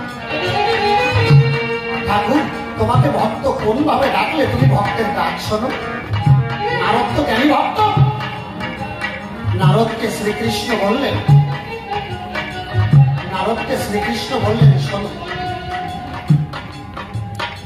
যেখানে মানুষ আমাকে ডাকে, যদি তার কিছু না থাকে, গাছের থেকে একটা পুষ্প চয়ন করে, একটা ফুল চয়ন করে হস্তে ধরে হা কৃষ্ণ গোবিন্দ বলে যদি আমার চরণে দান করে, আমি সেই সম্পদ গ্রহণ করি। তাই সেখানে এমন কোন সময় আছে যখন গাছে আর ফুল ফোটে না। দেখবেন যখন শীতকাল আসে তখন অনেক গাছের ফুল শুকিয়ে যায়, আর ফুল ফোটে না। বলছে যখন গাছের ফুল থাকবে না, ফুল ফোটা বন্ধ হয়ে যাবে, তখন তোমাকে সেই ভক্ত কি দিয়ে পূজা করবে? নারদকে বললো, নারদ কেন? গাছের পাতা আছে না, গাছের একটা পল্লব ছিঁড়ে হা কৃষ্ণ গোবিন্দ বলে যদি সেই গাছের পল্লব আমাকে দান করে, আমি সেই পাতের পাতা গ্রহণ। ঠাকুর, ভালো কথা। এমনও সময় আছে যখন কোনো গাছের পাতা থাকে না। শীতকালের শেষে গাছের পাতা ভরিয়ে যায়, গাছের ফুল ভরিয়ে যায়। কেউ যদি মরুভূমিতে থাকে, যেখানে ফুল নাই ফল নাই, সেখানে যদি কোনো ভক্ত মরুভূমিতে থাকে, সেখানে ভক্ত তোমাকে কি দান করে? ঠাকুর বললেন, কেন? মরুভূমিতে বালি আছে। যত মরুভূমি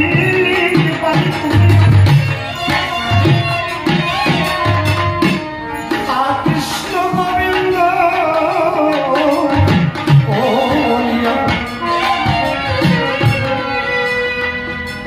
গাছে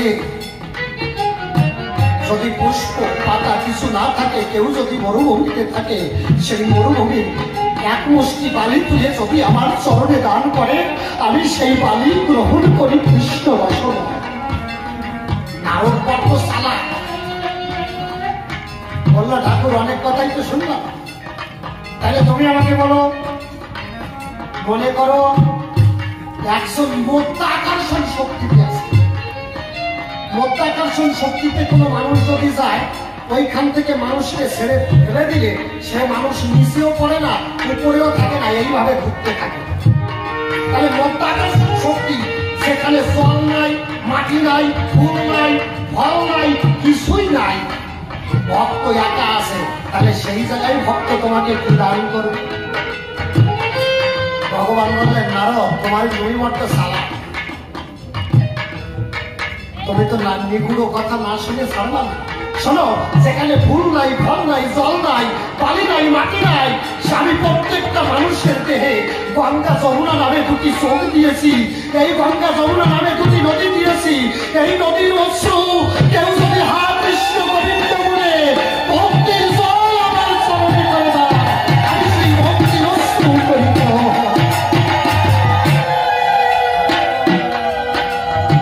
কেউ যদি ভক্তির অশ্রু আমাকে দান করে, আমি সেই ভক্তির অশ্রু গ্রহণ করি। দেখেছেন ব্রজভাব, তাই কবিকে গাইলেন, মথুরা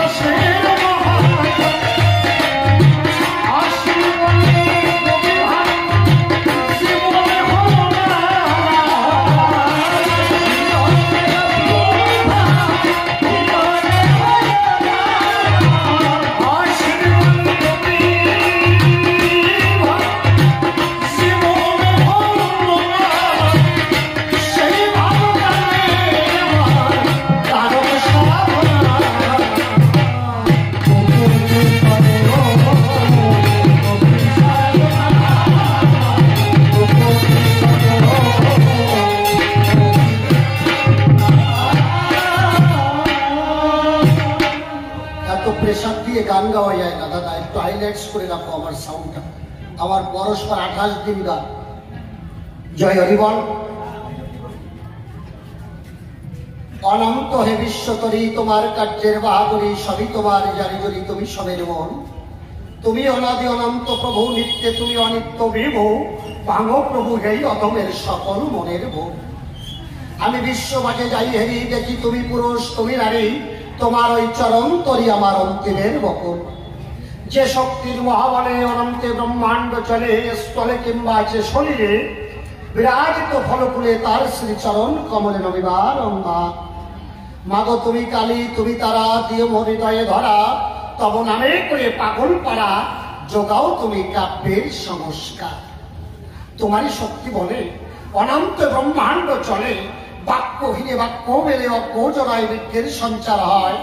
তুমি আশিস দিলে মাত্রে প্রেম অসঞ্চিত হবে তাতে, ধ্যান দেব তব প্রেম যমুনায়। যে প্রেমের তরে অষ্ট সখী ব্রজবাসী পেল সেই ব্রজের শশী, দিবানিশি দেখে কৃষ্ণময়, সেই প্রেম নিয়ে মনে জাপ দেব কাব্যাসনে, তুমি এসে যদি পদ্মস্থানে অধিষ্ঠান হয় তাই। আজিকারে মহতি আসরে কাব্যবাসরে আছেন যত নারী আর নরে, সকলের পদনা করে আমি সর্বগ্রে ভক্তির প্রণাম জানাই। জানি ভক্তাধীন ভগবান, ভক্তের ভিতরে সেই অনন্তের শক্তি বিরাজমান, তাই ভক্তকে করে প্রাধান্য দান, ভক্তের শ্রীপাদ পদ্মে প্রণাম করি দান। বন্দনার বাদ করে ক্ষান্ত অত্ত কবির যে বিষয় বৃত্তান্ত, আপনারাও জ্ঞানীবন্ত শ্রবণ করতেন, তাই আমার নিজ নাম সুরাজ সরকার, স্নান করে পরিহার, নারদের কল্পনা মতে এইবার যাব কবির ভূমিকায়। আমার বিপক্ষে নারদ ঋষি ডাক দিয়ে বলে, কেন শশী তুমি আমার কথা নেবা, তুমি কৃষ্ণ হইয়া পরে আমার প্রশ্নের জবাব দেবা। তবে আমার কাছে বলুন দেখি, আমার দ্বারা সেই ভাগবত শ্রেষ্ঠ আমার দ্বারা সেই বিশ্বের মালিক কৃষ্ণের ভূমিকায় কথা বলা সম্ভব নাকি? যার অনন্ত, তার একটা রংকূপে অনন্ত কোটি বিশ্ব ব্রহ্মাণ্ড সদা বিরাজমান, আমার দ্বারা তার ভূমিকায় কথা বলা সম্ভব নহে কদাচন। তাই কৃষ্ণের ভূমিকায় যাওয়ার আগে প্রণাম করি তার চরণাভাগে। হে ঠাকুর মহাভাগে, তুমি আমার কথা নিও, তুমি থাকো জীবা দেশে, আমায় তুমি ভালোবেসে, আমার হৃদয় কাছে বসে বসে তোমার কথা তুমি কয়ে দিও। এই যে নারদের পায়ে দিলাম ভার, কাব্য সিন্ধু হতে পার মনের একান্ত আকিঞ্চন, আমার করেছে প্রশ্ন পড়েছে অর্থন। কি শোনো ঠাকুর, কথা নেবে? তুমি প্রভাস কিনারায় কিসের তরে যোগ্য করো, তার একটু জবাব দেবে। যে নদীর জোয়ার ভাটা নাই, একটা নদীর পূর্ণতা কখন হয়? দেখবেন একটা নদীকে, আপনাদের এইখানে পাশেই মনে একটা নদী আছে, ওই কি নদী কয় যেন, হ্যাঁ মরালি নদী। এই নদীটা মরে গেছে, তাই না বাবা? এই নদীর কদর ছিল কতক্ষণ? যতক্ষণ ওই নদীর জোয়ার ভাটা ছিল। তাহলে একটা নদীর পূর্ণতা কখন হয়? যখন ওই নদীর জোয়ার ভাটা হয়। তাহলে তুমি আমার কথা নাও, আমার একটু বুঝাইয়ে দাও। যে নদীর তীরে মানুষ ময়লা আবর্জনা ত্যাগ করে, যে নদীর তীরে মানুষ পায়খানা করে, তাহলে তোমার কাছে আমার জানতে একান্ত আকিঞ্চন, তুমি সেই নদীর তীরে যজ্ঞ কেন করো নারায়ণ? এই যে অপূর্ণতা, দেখবেন মানুষের যদি যজ্ঞ করতে হয়, এইখানে শুদ্ধ আচারে আগে লেপে পোছে গঙ্গা জল ছিটাইয়ে বিশুদ্ধ আকারে মানুষ পরম পবিত্র হয়ে কৃষ্ণের পূজা দেয়। তাহলে তুমি আমার কথা নেবে, আমাকে একটু বুঝাইয়ে দেবে। একটা অপবিত্র নদী, যে নদীতে সবাই ময়লা মূত্র ত্যাগ করে, অনেকে যাইয়ে পায়খানা করে জল খরচ করে, আবার ওই নদীতে সবাই এই ডাবলিং হচ্ছে কেন রে? ইকোকে দিল। ওই নদীতে সবাই পায়খানা পেশাব করার পরে বসে শোনেন নারী বলে জল খরচ করে, একটা অপবিত্র নদীর তীরে কেন যজ্ঞ করো নারায়ণ? এইবার বসে শোনেন সুধীজন, প্রথম তার এই প্রশ্নের উত্তর আমি দেব সবার সদন। আমি যজ্ঞ করি কেন নারায়ণ? বসে শোনেন সুধীশয়, পুরাকালে যাজ্ঞবন্ত ঋষি বলে একজন ঋষি হয়। আমার কথা বোঝা যাচ্ছে? কোন কোন শাস্ত্রে বলছে শতপা ঋষি, আর কোন কোন শাস্ত্রে বলছে যাজ্ঞবন্ত ঋষি। ওই যাজ্ঞবন্ত ঋষি পুত্র ধরিয়া খেলার সূত্র ওই নদীর কিনারে স্নান করিতে যায়। আমি আজকে প্রভাস নদীটা কি আপনাদের পরিষ্কার করে বুঝাবো। তাহলে কি হলো, ওই নদীর কিনারায় যখন স্নান করিতে গেল, স্নান করতে গিয়ে নদীর জলে যখন জল ক্রিয়া করছে, ওই নদীতে এক হিংস্র কুমির ছিল, কথা মিথ্যা নয়। ওই কুমির আসিয়া তখন যাজ্ঞবন্ত ঋষির পুত্রকে টেনে নিয়ে যায়। যখন ঋষিপুত্র টেনে নিল, বসে শোনেন জ্ঞানী দল, ঋষিপুত্র ওই নদীর কুমিরের কাছে নিজের জীবন হারায়। বসে শোনেন নারী নরে, এইবার এদিকে সন্ধ্যা প্রায় আসন্ন হবার পরে ঋষি অন্তরে করে বিবেচনা, আমার সন্তান কেন গৃহে আসে না। তাই তটস্থ হয়ে ঋষি ওই নদীর কিনারায় যেখানে সন্তান খেলা করছিল সেইখানেই গেল। ঋষিটাকে কোনো দিকে সন্তান নাই, তাহলে সন্তানকে কোথায় পায়? তাই ঋষি করিয়া মনস্থ হইলা ধ্যানস্থ। ধ্যানের ভিতরে ঋষি যখন বসিল সুধিচয়, বসে শোনেন নারী নরে, ঋষি তখন ধ্যানের ঘরে দেখিবারে পায় কি, ওই নদীতে এক হিংস্র কুমির ছিল। বসে শোনেন জ্ঞানী দল, ওই কুমিরে তখন তার সন্তানকে নিয়ে চলে যায়। ঋষি তখন ক্রোধান্বিত হল, আচম্বিত অভিশাপ দিল, শোন নদী, তোকে অভিসম্পাদ করবো না। নদী বলল, আমার কি অপরাধ ভগবান, তুমি আমাকে কেন অভিশাপ করবে দান? বলল, তোর এই নদীর তীরে যে কুমির আছে, খুলে বলি তোর কাছে নদীর মুখে যে কুমির আছে, সেই কুমির আমার সন্তানকে নিয়ে গেছে। তাই আমি পেয়ে মনো কষ্ট, ওরে দুষ্ট, তোকে অভিসম্পদ করবো দান। নদী তখন ভয় পেয়ে হইল মূর্তিমান, তাকে দিয়ে বলে তখন ঋষির সন্নিধান, এতে আমার অপরাধ কোন জায়গায় ঋষি ভগবান? আমি তো তোমার ছেলেকে মারি নাই। ঋষি বলল, না, তুই আমার ছেলেকে মারিস নাই এটা ঠিক, কিন্তু তুই সঙ্গ দোষে দোষী। দেখবেন চোরের সাথে থাকলে চুরি করা লাগবে না, চোরের সাথে থাকলে সেটাও চোর। সাধুর সাথে থাকলে চোর যদিও এসে এইখানে তিলক কাটে, মনে করেন গ্রামে চুরি করে বেড়ায়, ডাকাতি করে বেড়ায়, যদি সাধু সঙ্গ করে, আপনারা মনে করেন এখানে সাধু সঙ্গ আছে, চোর কি করেছে, একবারই চুরি করিয়ে সে চলে আইছে, লোকে টের পাইছে এই শালা চুরি করেছে। এইবার নিচেকে বাছাইবাদ করে, এই চোর যদি তিলক কেটে আসে আসরের ভিতরে, কারোর বাবর সাধ্য নাই আসরের ভিতর থেকে টানিয়ে নিয়ে মার। অনেকেই ভাববে কি যে শালা চোরের মনে হয় এইবার তো আপনি মতি হয়েছে কি, তাই না বলছেন? তাহলে চোরের সঙ্গে থাকলে তাকে মহাবৈষ্ণব হয়। দেখবেন আরেকজন গিয়ে ওই চোরকে তখন ভক্ত জ্ঞানে ভগবান জ্ঞানে আলিঙ্গন দেয়, কি দেয় কিনা। তাহলে এইখানে বুঝবার বিষয়, বসে শুনে সধিচয়, সঙ্গ দোষে দোষী নদী, কথা মিথ্যা নয়। তাই নদীকে বললো, নদী, তুই যেমন ওই খারাপ কুমিরকে তোর বুকে দিয়েছিস আশ্রয়, এই জন্য অভিসম্পদ দিলাম তোমায়। কি, এই নদীর মুখ জল শূন্য হয়ে যাবে। নদী, তুমি জল শূন্য হয়ে শুকনো একটা মনোভূমির মতো এইখানে পড়িয়া রাখো। নদী করলো, আমার লঘু পাবে গুরু দণ্ড দিন, ঠাকুর আমার অপরাধ পরমার্জনা। বললো, অপরাধ মাফ করতে পারি। খুলে বলি, তোর বরাবরই, তবে এই জন্মে হবে না, তোর উদ্ধার করার একটা উপায় আমার কাছে আছে। বলো ঠাকুর কি? এর পরে এই সত্যযুগ যাওয়ার পরে যখন দাপার যুগ আসবে, ত্রেতা যাবে, দাপার আসবে, সেই তোর নদীর কিনারে যজ্ঞ করবে আমার প্রাণ কেশব। কৃষ্ণ সময় যখন যজ্ঞ করবে, কথা মিথ্যা নয়, যখন রাধার চরণ ধরি পড়িবে তোর যজ্ঞের মুখে, তোর নদীর মুখে, খুলে বলি সবার পাকে, রাধা রানীর নয়নের জল যখন তোর মুখের বাঁচে করিবে দান, পরিপূর্ণ হবে তখন তোর এই মুখ খান, তোর মুখ তখন পূর্ণ হবে, বসে শরীর জ্ঞানী হবে, রাধা কৃষ্ণের যুগল মিলতি তুমি নিরাসন্দেহে দেখতে পাবে। এই জন্য সেই মুনি বাঞ্ছা, নদীর বাঞ্ছা পুরাইতে আমার কৃষ্ণ বিশ্বপীতে এই প্রবাস কিনারায় করেছে যজ্ঞের আয়োজন। এইবার যদি আর একটুখানি উল্টে যাই, এইটা বললাম আপনাদের জানা কথা, একটা অজানা কথা শুনেন। এই প্রবাস কেন নদী হল? এই প্রবাস নদী হওয়ার একটা কারণ ছিল। প্রবাস নদী, এই প্রবাস তীর্থ ছিল আমার নারায়ণের চরণের পরে, নারায়ণের চরণের ধরি ছিল, পরে তীর্থ হলো। কি করে? একদিন মহর্ষি ভৃগুমুনি যায় কৃষ্ণের ধারে, কৃষ্ণকে প্রণাম করবার পরে, কৃষ্ণ যখন প্রণাম করতে গেল, তখন ওই কৃষ্ণের যে চরণ ধরি, ওর মনে মনে অহংকার হলো, আপনারা অনেকেই ভাবতে পারেন যে চরণধুলি কি কথা বলতে পারে? পারে বাবা।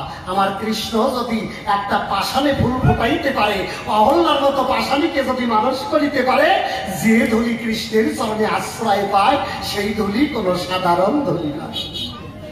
তাই ভৃগুরসী যখন কৃষ্ণকে নারায়ণকে প্রণাম দিতে গেল, ওই ধুলি তখন অহমিকায় মত্ত হয়ে পলাই গেল যে শালা চরণ ধুলি, আমি নারায়ণের কাছে আছি, নারায়ণের কাছেই থাকবো, ভৃগু মুনির কাছেই যাব না। প্রশাসনের সুধিসনা অন্তরে যখন করলো এই বাসনা যে আমি ভৃগু মুনির পাশেই যাব না, তখন ওই ধুলি লুকাইয়ে গেল। ভৃগু মুনি ডাক দিয়ে নারায়ণকে বললো, নারায়ণ কি চরণ ধুলি কোথায়? নারায়ণ বলল, চরণ ধুলি তো ছিল ভাই, তুই তাকাইয়ে দেখ আছে জায়গা মতো ভাই, চরণ ধুলি নাই। নারায়ণ দেখলো সত্যি তাই, চরণ ধুলি নাই। তখন নারায়ণকে মহর্ষি ভৃগু মুনি অভিশাপ দিতে যায়। অন্তরে আছে বাবু এমনি হয় তোমার জটিলই সারা তোমার অভিশাপ দেবে। ধুলি দেখলো সর্বনাশ, আমার জন্য ভগবান অভিশাপ করবে, ধুলি হয়ে মূর্তিমান। তারাইল তখন ভৃগু মুনির সত্যিটা। তাই ভগবানের দোষ নাই, দোষ আমার। তাই তুই যেমন নারায়ণের চরণে পেয়েছিস স্থান, খুলে বলি তোর সন্নিধান, তেমনি নারায়ণের চরণ ছাড়া হয়ে খুলে বলি তোর সবাই এবে, তোকে এইবার যেতে হবে মর্ত লোকে, বলি তোর বিদ্যমান। বললো মর্ত লোকে কেন যাবো? ওই যে অভিশাপ দিল। এইবার ধুলি তখন ক্রন্দন করতে লাগলো, ঠাকুর তুমি আমাকে নারায়ণ ছাড়া করে দেবে? তুমি কি আমাকে সত্যি নারায়ণ ছাড়া করে দেবে? বললো তাহলে কি করা যায়? বললো আমার এই অপরাধ তোমার ক্ষমা করা যায়। বললো হবে না, শোন এই প্রভাস, তুই এই ধুলি প্রভাস তৃপ্ত হয়ে লুকায়িত রবি, মনের কথা নিবি। যখন তুই লুকাইয়ে থাকবি সমস্ত ভক্তগণ গিয়ে তখন তোর ওই প্রভাস তৃপ্তে যখন মহা মহা বড় বড় পাপি যাবে, বসে শোনেনি জ্ঞানী সবে, তখনই তোর ধুলি পাইয়ে, ভগবানের ধুলি পাইয়ে মানুষ সব পবিত্র হবে। দেখেছেন, এই জন্যই ভগবানের চরণ ধুলি প্রভাস তৃপ্ত হয়ে প্রভাস নদী হয়ে বহমান। এই একখান জবাব করলাম না। প্রমাণ কোথায়? আপনারা আবার অনেকেই ভাবতে পারেন যেদিন পরশুরাম, মামা বুঝতে পারছো আমার কথা? পরশুরামের পিতার নাম যমদগ্নি। আমি একটু জবাবটা বিভিন্ন ভাবে আপনাদেরকে দিয়ে বোঝাচ্ছি। পরশুরামের বাবার নাম যমদগ্নি। যমদগ্নি নিদ্রাগত হলো। পরশুরামের মা রেণুকা দেখলো সন্ধ্যা প্রায় আসন্ন, ডাক দিয়ে বলে তখন যদি সন্ধ্যা চলে যায় স্বামীর তো আহ্নিক করা হবে না। তাই স্বামীকে ডাক দিতে গেল। একে তো ঘুমান্ত মানুষকে ডাকা অপরাধ, আবার সন্ধ্যা চলে গেলে স্বামীর যদি আহ্নিক করা না হয় তাহলে সেটা আরেক অপরাধ। স্ত্রী হয়ে স্বামীর যদি ধর্মকর্মে সহযোগিতা না করে তাহলে সেই স্ত্রীর সহধর্মিণী হওয়ার অধিকার নাই। দেখেছেন কায়দাটা কোথায়? তাই রেণুকা কি করলো? স্বামী ঘুমান্ত স্বামী যমদগ্নিকে ডাক দিল। যখন ঘুমান্ত স্বামী যমদগ্নিকে ডাক দেয়, যমদগ্নি দেখবেন ঘুমান্ত মানুষ তমগুণ আশ্রিত থাকে, তখন ওই যমদগ্নির ঘুম ভেঙে যায়। যমদগ্নির যখন ঘুম ভেঙে গেল, কি ব্যাপার, আমি ঘুমান্ত মানুষ, আমাকে কেন ডাক দিলি? খুলে বলে তার স্থলে, শোনো তোমার সন্ধ্যা আহ্নিক প্রায় চলে যায়, তুমি আহ্নিক কাটবা না? তাই আহ্নিক তো কাটবো, কিন্তু সন্ধ্যা তো এখনো যায় নাই। সন্ধ্যাকে ডাক দিয়ে বলে, সন্ধ্যা দেবী পাঠা নিবি, সামনে আসবি। সন্ধ্যা ভয় পাইয়ে সামনে আসলো। সন্ধ্যাকে বললো আমাকে না বলে তুই চলে যাচ্ছিস? মুনিদের প্রতাপ কেমন দেখেছিস? বললো আমাকে না বলে তুই চলে যাচ্ছিস, তোর এত সাহস? সন্ধ্যা বললো কই, আমি তো এতটা চলে যাই নাই। ওই মুনিকে ভয় পাইয়ে অভিশাপের ভয়ে সন্ধ্যা মিথ্যে কথা পায়। যমদগ্নি ডাক দিয়ে তখন তার পুত্রদের পায়, তোরা কে আছিস? যদি আমাকে ভালোবাসিস আমার কথা নিবি, তোর মা আমাদের ঘুম ভেঙে দিয়েছে, তোর মার মস্তক কেটে দিবি। আর যারা পুত্র ছিল যমদগ্নির পুত্র, তারা সবাই বলল মাকে নিধন করার মতো ইচ্ছা আমাদের নাই। মাকে নিধন করার মতো ইচ্ছা নাই, না আমরা পারবো না।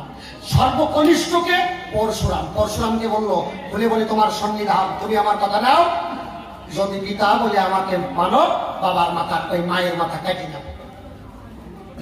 পরশুরাম তখন কি করলো? পিতৃ আজ্ঞা পালিবার তরে বসে শোনেন নারী নরে। পরশুরামের হাতে যে কুঠার ছিল, ওই কুঠার দিয়ে মাতৃমস্তক তখন শূন্য করে দিল, মায়ের মাথা কেটে গেল। যমদগ্নি অবাক হয়ে গেল যে আমার সন্তান আমাকে এইভাবে ভালোবাসে, আমার সন্তান আমাকে এইভাবে ভালোবাসে। বলল তোমার মতো পিতৃভক্ত সন্তান জগতে নাই, তোমাকে আমি আশীর্বাদ দিতে চাই। বলো কি চাও? যমদগ্নিকে তখন পরশুরাম বলল, বাবা তোমার আদেশে, খুলে বলি তোমার পাশে মায়ের মাথায় আমি কেটে নিয়েছি। খুলে বলি তোমার কাছাকাছি, তুমি আমার কথা নেবা, যদি আশীর্বাদ দিতে হয় আমাকে এই আশীর্বাদ দেবা, যেমন করে আমি মায়ের মাথা কেটে নিয়েছি তুমি তেমন করে তোমার আশীর্বাদের জোরে যেন মায়ের মাথায় পুনরায় জুড়িয়ে যায় এই আশীর্বাদ দেবা। ছেলে দেখেছেন কত বড় চালাক ভক্ত হলে পরে, কত বড় চালাক ভক্ত হয়। তখন যমদগ্নি বুঝতে পারলো এর মতো সন্তান জগতে নাই। বললো তোমার মনের বাসনা পূর্ণ হোক মহাশয়। ওই যে যমদগ্নি যখনই আশীর্বাদ দিল পুনরায় রেণুকার মস্তক জুড়ে গেল।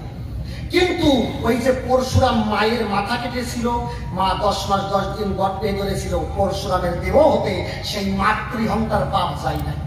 পরশুরাম তখন ওই যে কুটার দিয়ে মায়ের মাথা কেটেছিল ওই কুটার হাতের সাথে জুড়ে যায়, কুটারা ছাড়াতে পারে না মশাই।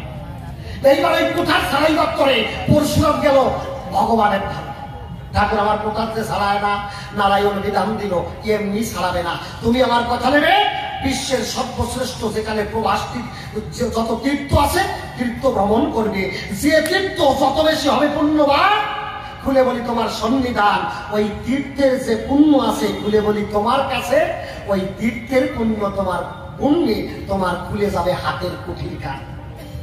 এইবার প্রবাসের নারায়ণের কথা শুনে পরশুরাম পিছিয়ে যেতে যত তীর্থ ছিল সমস্ত দেশে ভ্রমণ করল, কিন্তু কোন তীর্থে তার দেহের পাপ গেল না। যখনই ভগবানের চরণ ধরি এই প্রবাস কিনারায় পরশুরামেরও প্রশাসনের জ্ঞানী দল ভগবানের পূর্ণ তীর্থ পূর্ণ চরণ ধরিতে পরশুরামের হাতের কুঠার ভেঙে গেল। একবার প্রেমানন্দে সাত বদনে হরি হরি।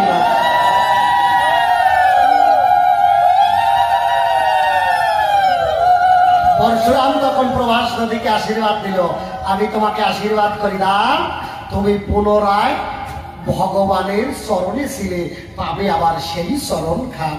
এই জন্য সেই প্রভাসের মনোবাঞ্ছা পুরাইতে, ভক্তের যে বাসনা শীতে তাই পুরাইতে আমি প্রভাস কিনারায় যজ্ঞ করি কৃষ্ণ ভগবান। আমি ছোট্ট ছোট্ট করে জবাব দিচ্ছি, আচ্ছা এই বছর লোক কম কেন? এই আসলে জাকাত দেওয়া যায় না। হ্যাঁ, ওই হাটবারে গন্ডগোল বাঁধাইছে নাইলে এই আসলে লোকই ধরে না। এইবার বললো আমার মাকে ঝাঁটার বাড়ি খেলো কেন? বাবা মূলত ভগবানের কোনো মাতা পিতা নাই। আমার কথা বোঝা যাচ্ছে? ভগবানের এই বিশ্ব জগতে মূলত কোনো মাতা পিতা নাই। কেন? ভগবান হলো বিশ্বের মালিক সাই, আসিয়া লীলা, ভগবান লীলা করে কৃষ্ণ রসময়। কে কার পিতা? সবাই ভগবানের সন্তান হয়, আর ভগবান হলেন বিশ্ব পিতা। শুধু তাই নয়, ভগবান এই বিশ্বের হাকিম হয়। হাকিমের কাছে বিচারের বেলায় আইন সমান, কি তাই না ভাই? যদি হাকিম কেউ খুন করে হাকিম তারে ফাঁসিতে চড়ায়, নাইলে যাবজ্জীবন কারাদণ্ড শোনায়। যদি কারো এই বিশ্ব জগতে হাকিমের ছেলে সে যদি কোনো নারী ধর্ষণ করে হাকিমের আইন কিন্তু একই হবে। নিজের ছেলেও যদি নারী ধর্ষণ করে তাকে সেই পাপের শাস্তি পেতে হয়। তেমনি আমি বিশ্বের হাকিম, কথা মিথ্যা নয়। আমার মা নিজের কর্মগুণে ঝাঁটার বাড়ি খেয়েছে, এতে আমার দোষ নাই। ব্যাপারটা কেমন আপনাদের বোঝাই যাবে। সত্য যুগে আমি ছিলাম কবির অবতারে। আমার কথাগুলো মন দিয়ে শ্রবণ করতে সভা পড়ে। সত্য যুগে আমি ছিলাম কপিল অবতারে, আমার মা দেবাবতী ছিল। তখন দেবতারা সবাই মিলে একটা যজ্ঞের আয়োজন করল। বোঝা যাচ্ছে আমার কথা? দেবতারা সবাই মিলে একটা যজ্ঞের আয়োজন করলো। ওই যজ্ঞ আগার পরিষ্কার করার জন্য সমস্ত দেবতারা একটা ব্রহ্মজ্ঞময়সী নবনী করল নির্ধারণ। কেন? যে ব্রহ্মজ্ঞানী না হলে পরে আমাদের এই ব্রহ্মযজ্ঞ ঝাড় দেওয়ার পরে তার অধিকার নাই কথা শোনা। তাই ব্রহ্মজ্ঞময়সী রমণীকে তৎকালীন সময় কপিল দেবের মা ছিল কর্দম ধরণী দেবাবতী। আমার মায়ের নাম ছিল দেবাবতী, আমার বাবার নাম কর্দম ঋষি। খুলে বলি সবার পাশাপাশি আমার মা যখন ওই ব্রহ্মযজ্ঞে আমার মা দায়িত্ব পেল, ব্রহ্মযজ্ঞে ঝাড় দিতে গেল। আমার মা একমাত্র ব্রহ্মকে জানত। ব্রহ্মকে বৈয়সী রমণী না হলে পরে ভগবান তো তার গর্ভে যেতে পারে না সরাসরি। আপনারা কি বলেন? মা যদি ব্রহ্মজ্ঞানী না হয়, সন্তান তার গর্ভে ভগবান জন্মাতে পারে না মহাশয়। তাই মায়ের যখনই ওই দায়িত্ব পেল, মা ওই ব্রহ্মযজ্ঞে ঝাড় দিতে লাগলো। ভোলানাথ অন্তরে করলো বিবেচনা, মা যেভাবে ঝাড় দিচ্ছে, মাকে তো একটু পরীক্ষা না করলে হয় না। মা কেমন ব্রহ্মজ্ঞ বৈয়সী রমণী। তখন মা কি ভোলানাথ কি করলো? একটা কুকুরের রূপ ধারণ করলো। একটা রুগ্ন শীর্ণ শীর্ণ কুকুর হলো। কুকুরের গায়ে পোকা কিলবিল করছে, নোংরা আবর্জনায় ভরা, সমস্ত শরীরখানা পচা দুর্গন্ধ। এইবার ভোলানাথ মহেশ্বর তখন কুকুরের রোগ ধরে গেল ওই যজ্ঞের ভিতরে। মা কি করলো? যখন ওই রুগ্ন কুকুরকে দেখলো, মা বললে উঠে যা, ভাগিয়ে যা, ভাগিয়ে যা। কুকুরখানা চলে গেল। আবার ভোলানাথ কুকুরের রূপ ধরে পুনরায় আবার এলো। মা দেখলো সালারে তাড়াই নিয়ে সাল তো যায় না, তাহলে কি করা যায়? অন্তরে আছে ভাবো, এর তাড়ানির জন্য আমি একটা বিধি ব্যবস্থা নিই। তাই মা কি করলো? মা ওয়াদুরে যে ঝাঁটা দিয়ে মা ওই যজ্ঞাগার পরিষ্কার করছিল, বসে শোনে জ্ঞানী দল, মা ওই ঝাঁটাখানা নিজের চোখে দেখিবারে পেল। ওই ঝাঁটাখানা হস্তে ধরে বসে শোনে নারী নড়ে। মা তখন ওই কুকুরটাকে অগ্নে মাখা ঝাঁটার বাড়ি দিল মায়ের গায়ে। বসে শোনেন সতী সয় যখনই মায়ের ওই কুকুরের গায়ে ঝাঁটার বাড়ি দেয়, ভোলানাথ মহেশ্বর তখন নিজ রূপ ধরিয়া মায়ের সামনে দাঁড়ায়। ডাক দিয়ে মায়েকে কয়, ও মা, সর্বস্ফলিতং ব্রহ্ম, ব্রহ্ম নাই এমন কোন জায়গা নাই। গাছে মাছে লতায় পাতায় কীট পতঙ্গ ধূলিকণায় সমস্ত জায়গায় ভগবানের অস্তিত্ব রয়। সব জগৎ ব্রহ্মময়, জগৎ ব্রহ্মময়, আর সবকিছু নাস্তি। আমা তাহলে ব্রহ্ম যদি সব জায়গায় রয়, একটা কুকুরের ভিতরেও ব্রহ্ম আছে। খুলে বলি তোর কাছে, তুই ব্রহ্মজ্ঞ মহিষী রমণী হয়ে কেমন করে ঝাঁটার বাড়ি দিলি এই কুকুরের গায়ে? মামা, তুই যেমন ঝাঁটার বাড়ি দিয়েছিস, তোকে অভিসম্পাদ করলাম তা। তোর ব্রহ্মজ্ঞ মহিষী রমণী হওয়ার যোগ্য না পাবি সম্মান। কি হবে মামা? বলি তোর ধারে তোকে যেতে হবে মর্তপুরী। তুই যেমন করে আমাকে ঝাঁটার বাড়ি মেরেছিস, অন্তরে আছে ভাবো বাবা, আমিও একদিন এইভাবে তোর সন্তান নারায়ণের যজ্ঞাগারে গিয়ে ভোলানাথ মহেশ্বর স্বয়ং নিজেই দাঁড়ি হব। তুই যেদিন যাবি নিজের পুত্রকে করি দর্শন, আমি তখন হাতে ঝাঁটা ধরে এই সাংমার্জনা ধরে, সাংমার্জনা মানে ঝাঁটা, আমি এই সাংমার্জনা হস্তে ধরে খুলে বলি তোর গায়ে, আমিও সেদিন তোর গায়ে বাড়ি মারিব। তখন দেখেছেন কায়দাটা কোথায়?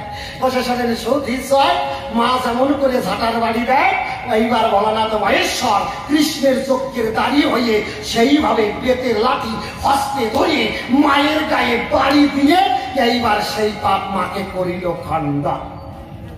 পাপে হইলেও পাপক্ষয়, বিষে যেমন বিষক্ষয়, মায়ের পাপে হইলেও পাপক্ষয়। এতে আমার দোষ কোন জায়গায়? হ্যাঁ, ও কয় তাই পায়, ও অধিবাসে দেখবে কিনা তা তো আর হিসেব করে কয় না। ও তো অধিবাসে।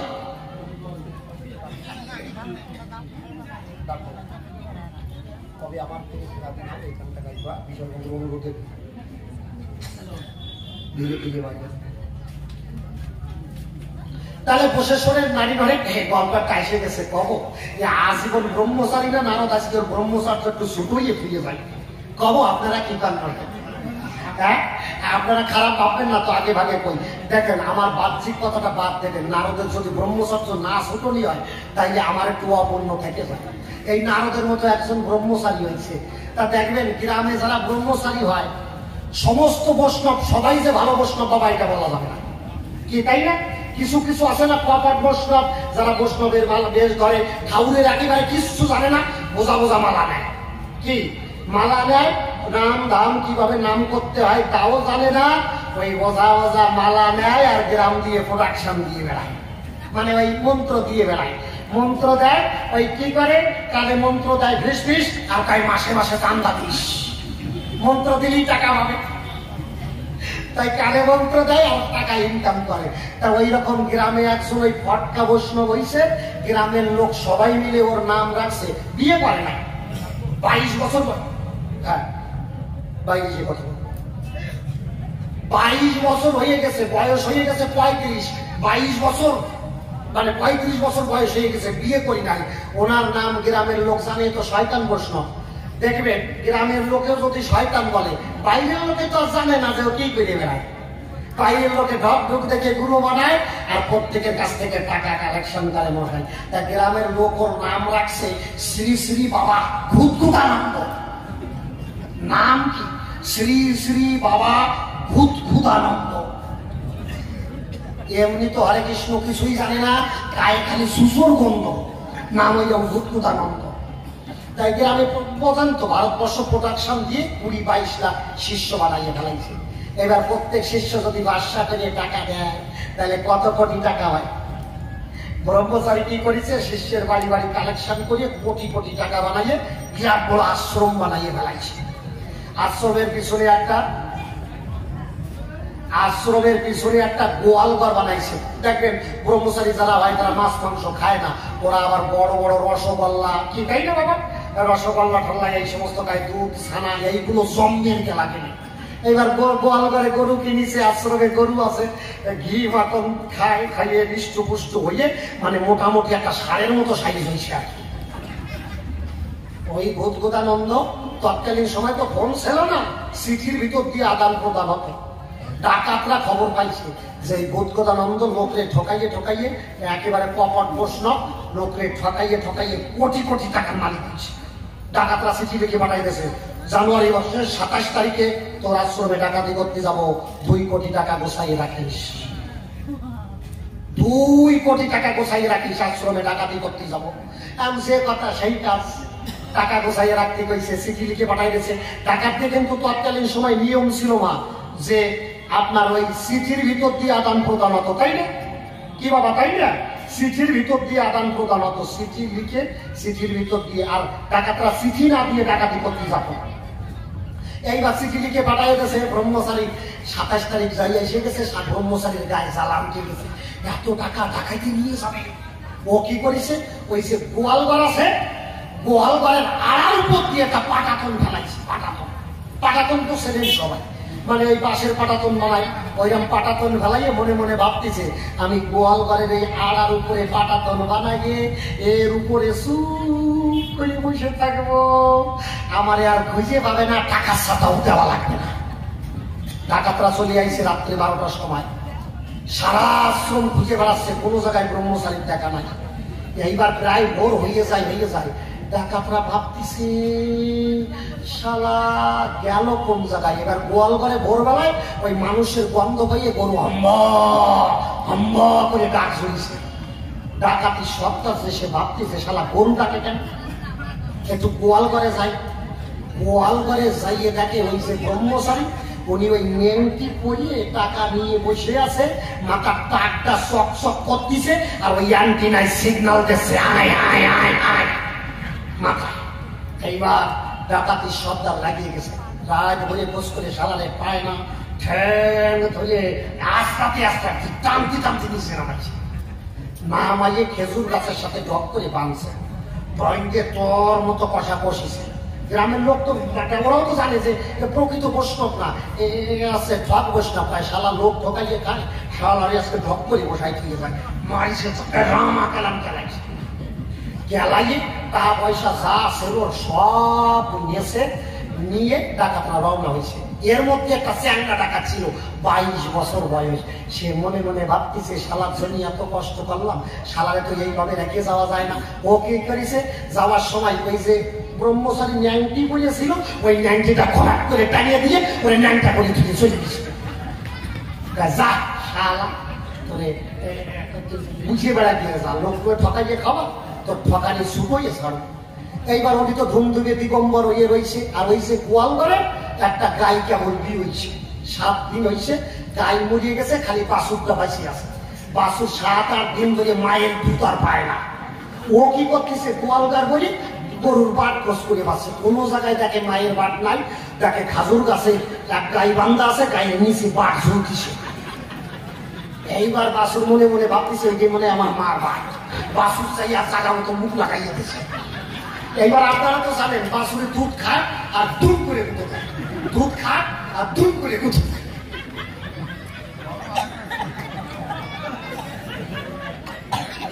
কয় গুঁতো দিয়ে আধা ঘন্টা ধরে গুঁতো হয়েছে। আপনার বলেন দেখি ওই জায়গা দিয়ে দুধ পড়ে নাকি? আধা ঘন্টা ধরে টাইনিয়ে টুনিয়ে আর কিচ্ছু পায় না। বাসুরের গাল দিয়ে ফেনা উঠে গেছে, 2.5-3 কেজি নিচে পড়ে গেছে। বাসুরের না টানিয়ে গলা শুকিয়ে বাসুরের ছাতা সরিয়ে গেছে। ভোরবেলায় সকাল হয়েছে, আশ্রমের পাশে এক ঘর শিষ্যরা আছে।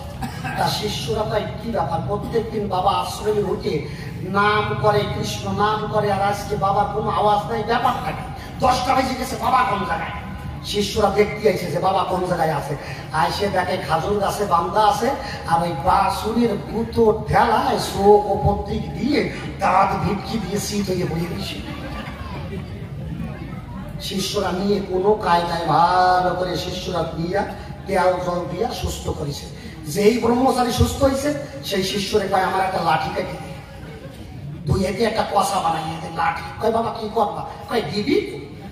শিষ্য যেই 2 হাতে এক কষা বানাই দিয়েছে, লাঠি বানাইয়ে দিয়েছে। ওইবার ওই লাঠি নিয়ে ওই গোয়াল ঘরে যে বাছুর ছিল, এইবার ওই বাছুর তাড়াইয়ে বেড়াচ্ছে।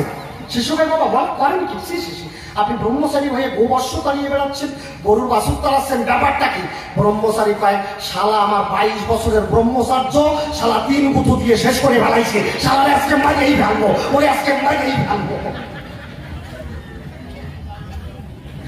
ও জীবনে বিয়ে করে নাই, বুঝলেন তো? ওর 22 বছরের ব্রহ্মচার্য আজকে শুধুই ছাড়বে। চাটাম দেও কোন জায়গা? কৃষ্ণ নামে কি হয়, হরি নামে কি হয়? শোনো বাবা, সাধক যারা হয়, তুমিও যেমন হরিনাম করো, বিশ্ব জগতে হরিনাম করে সবাই। আপনারা শোনেন, অম্বরীশ নামে এক রাজা আছে।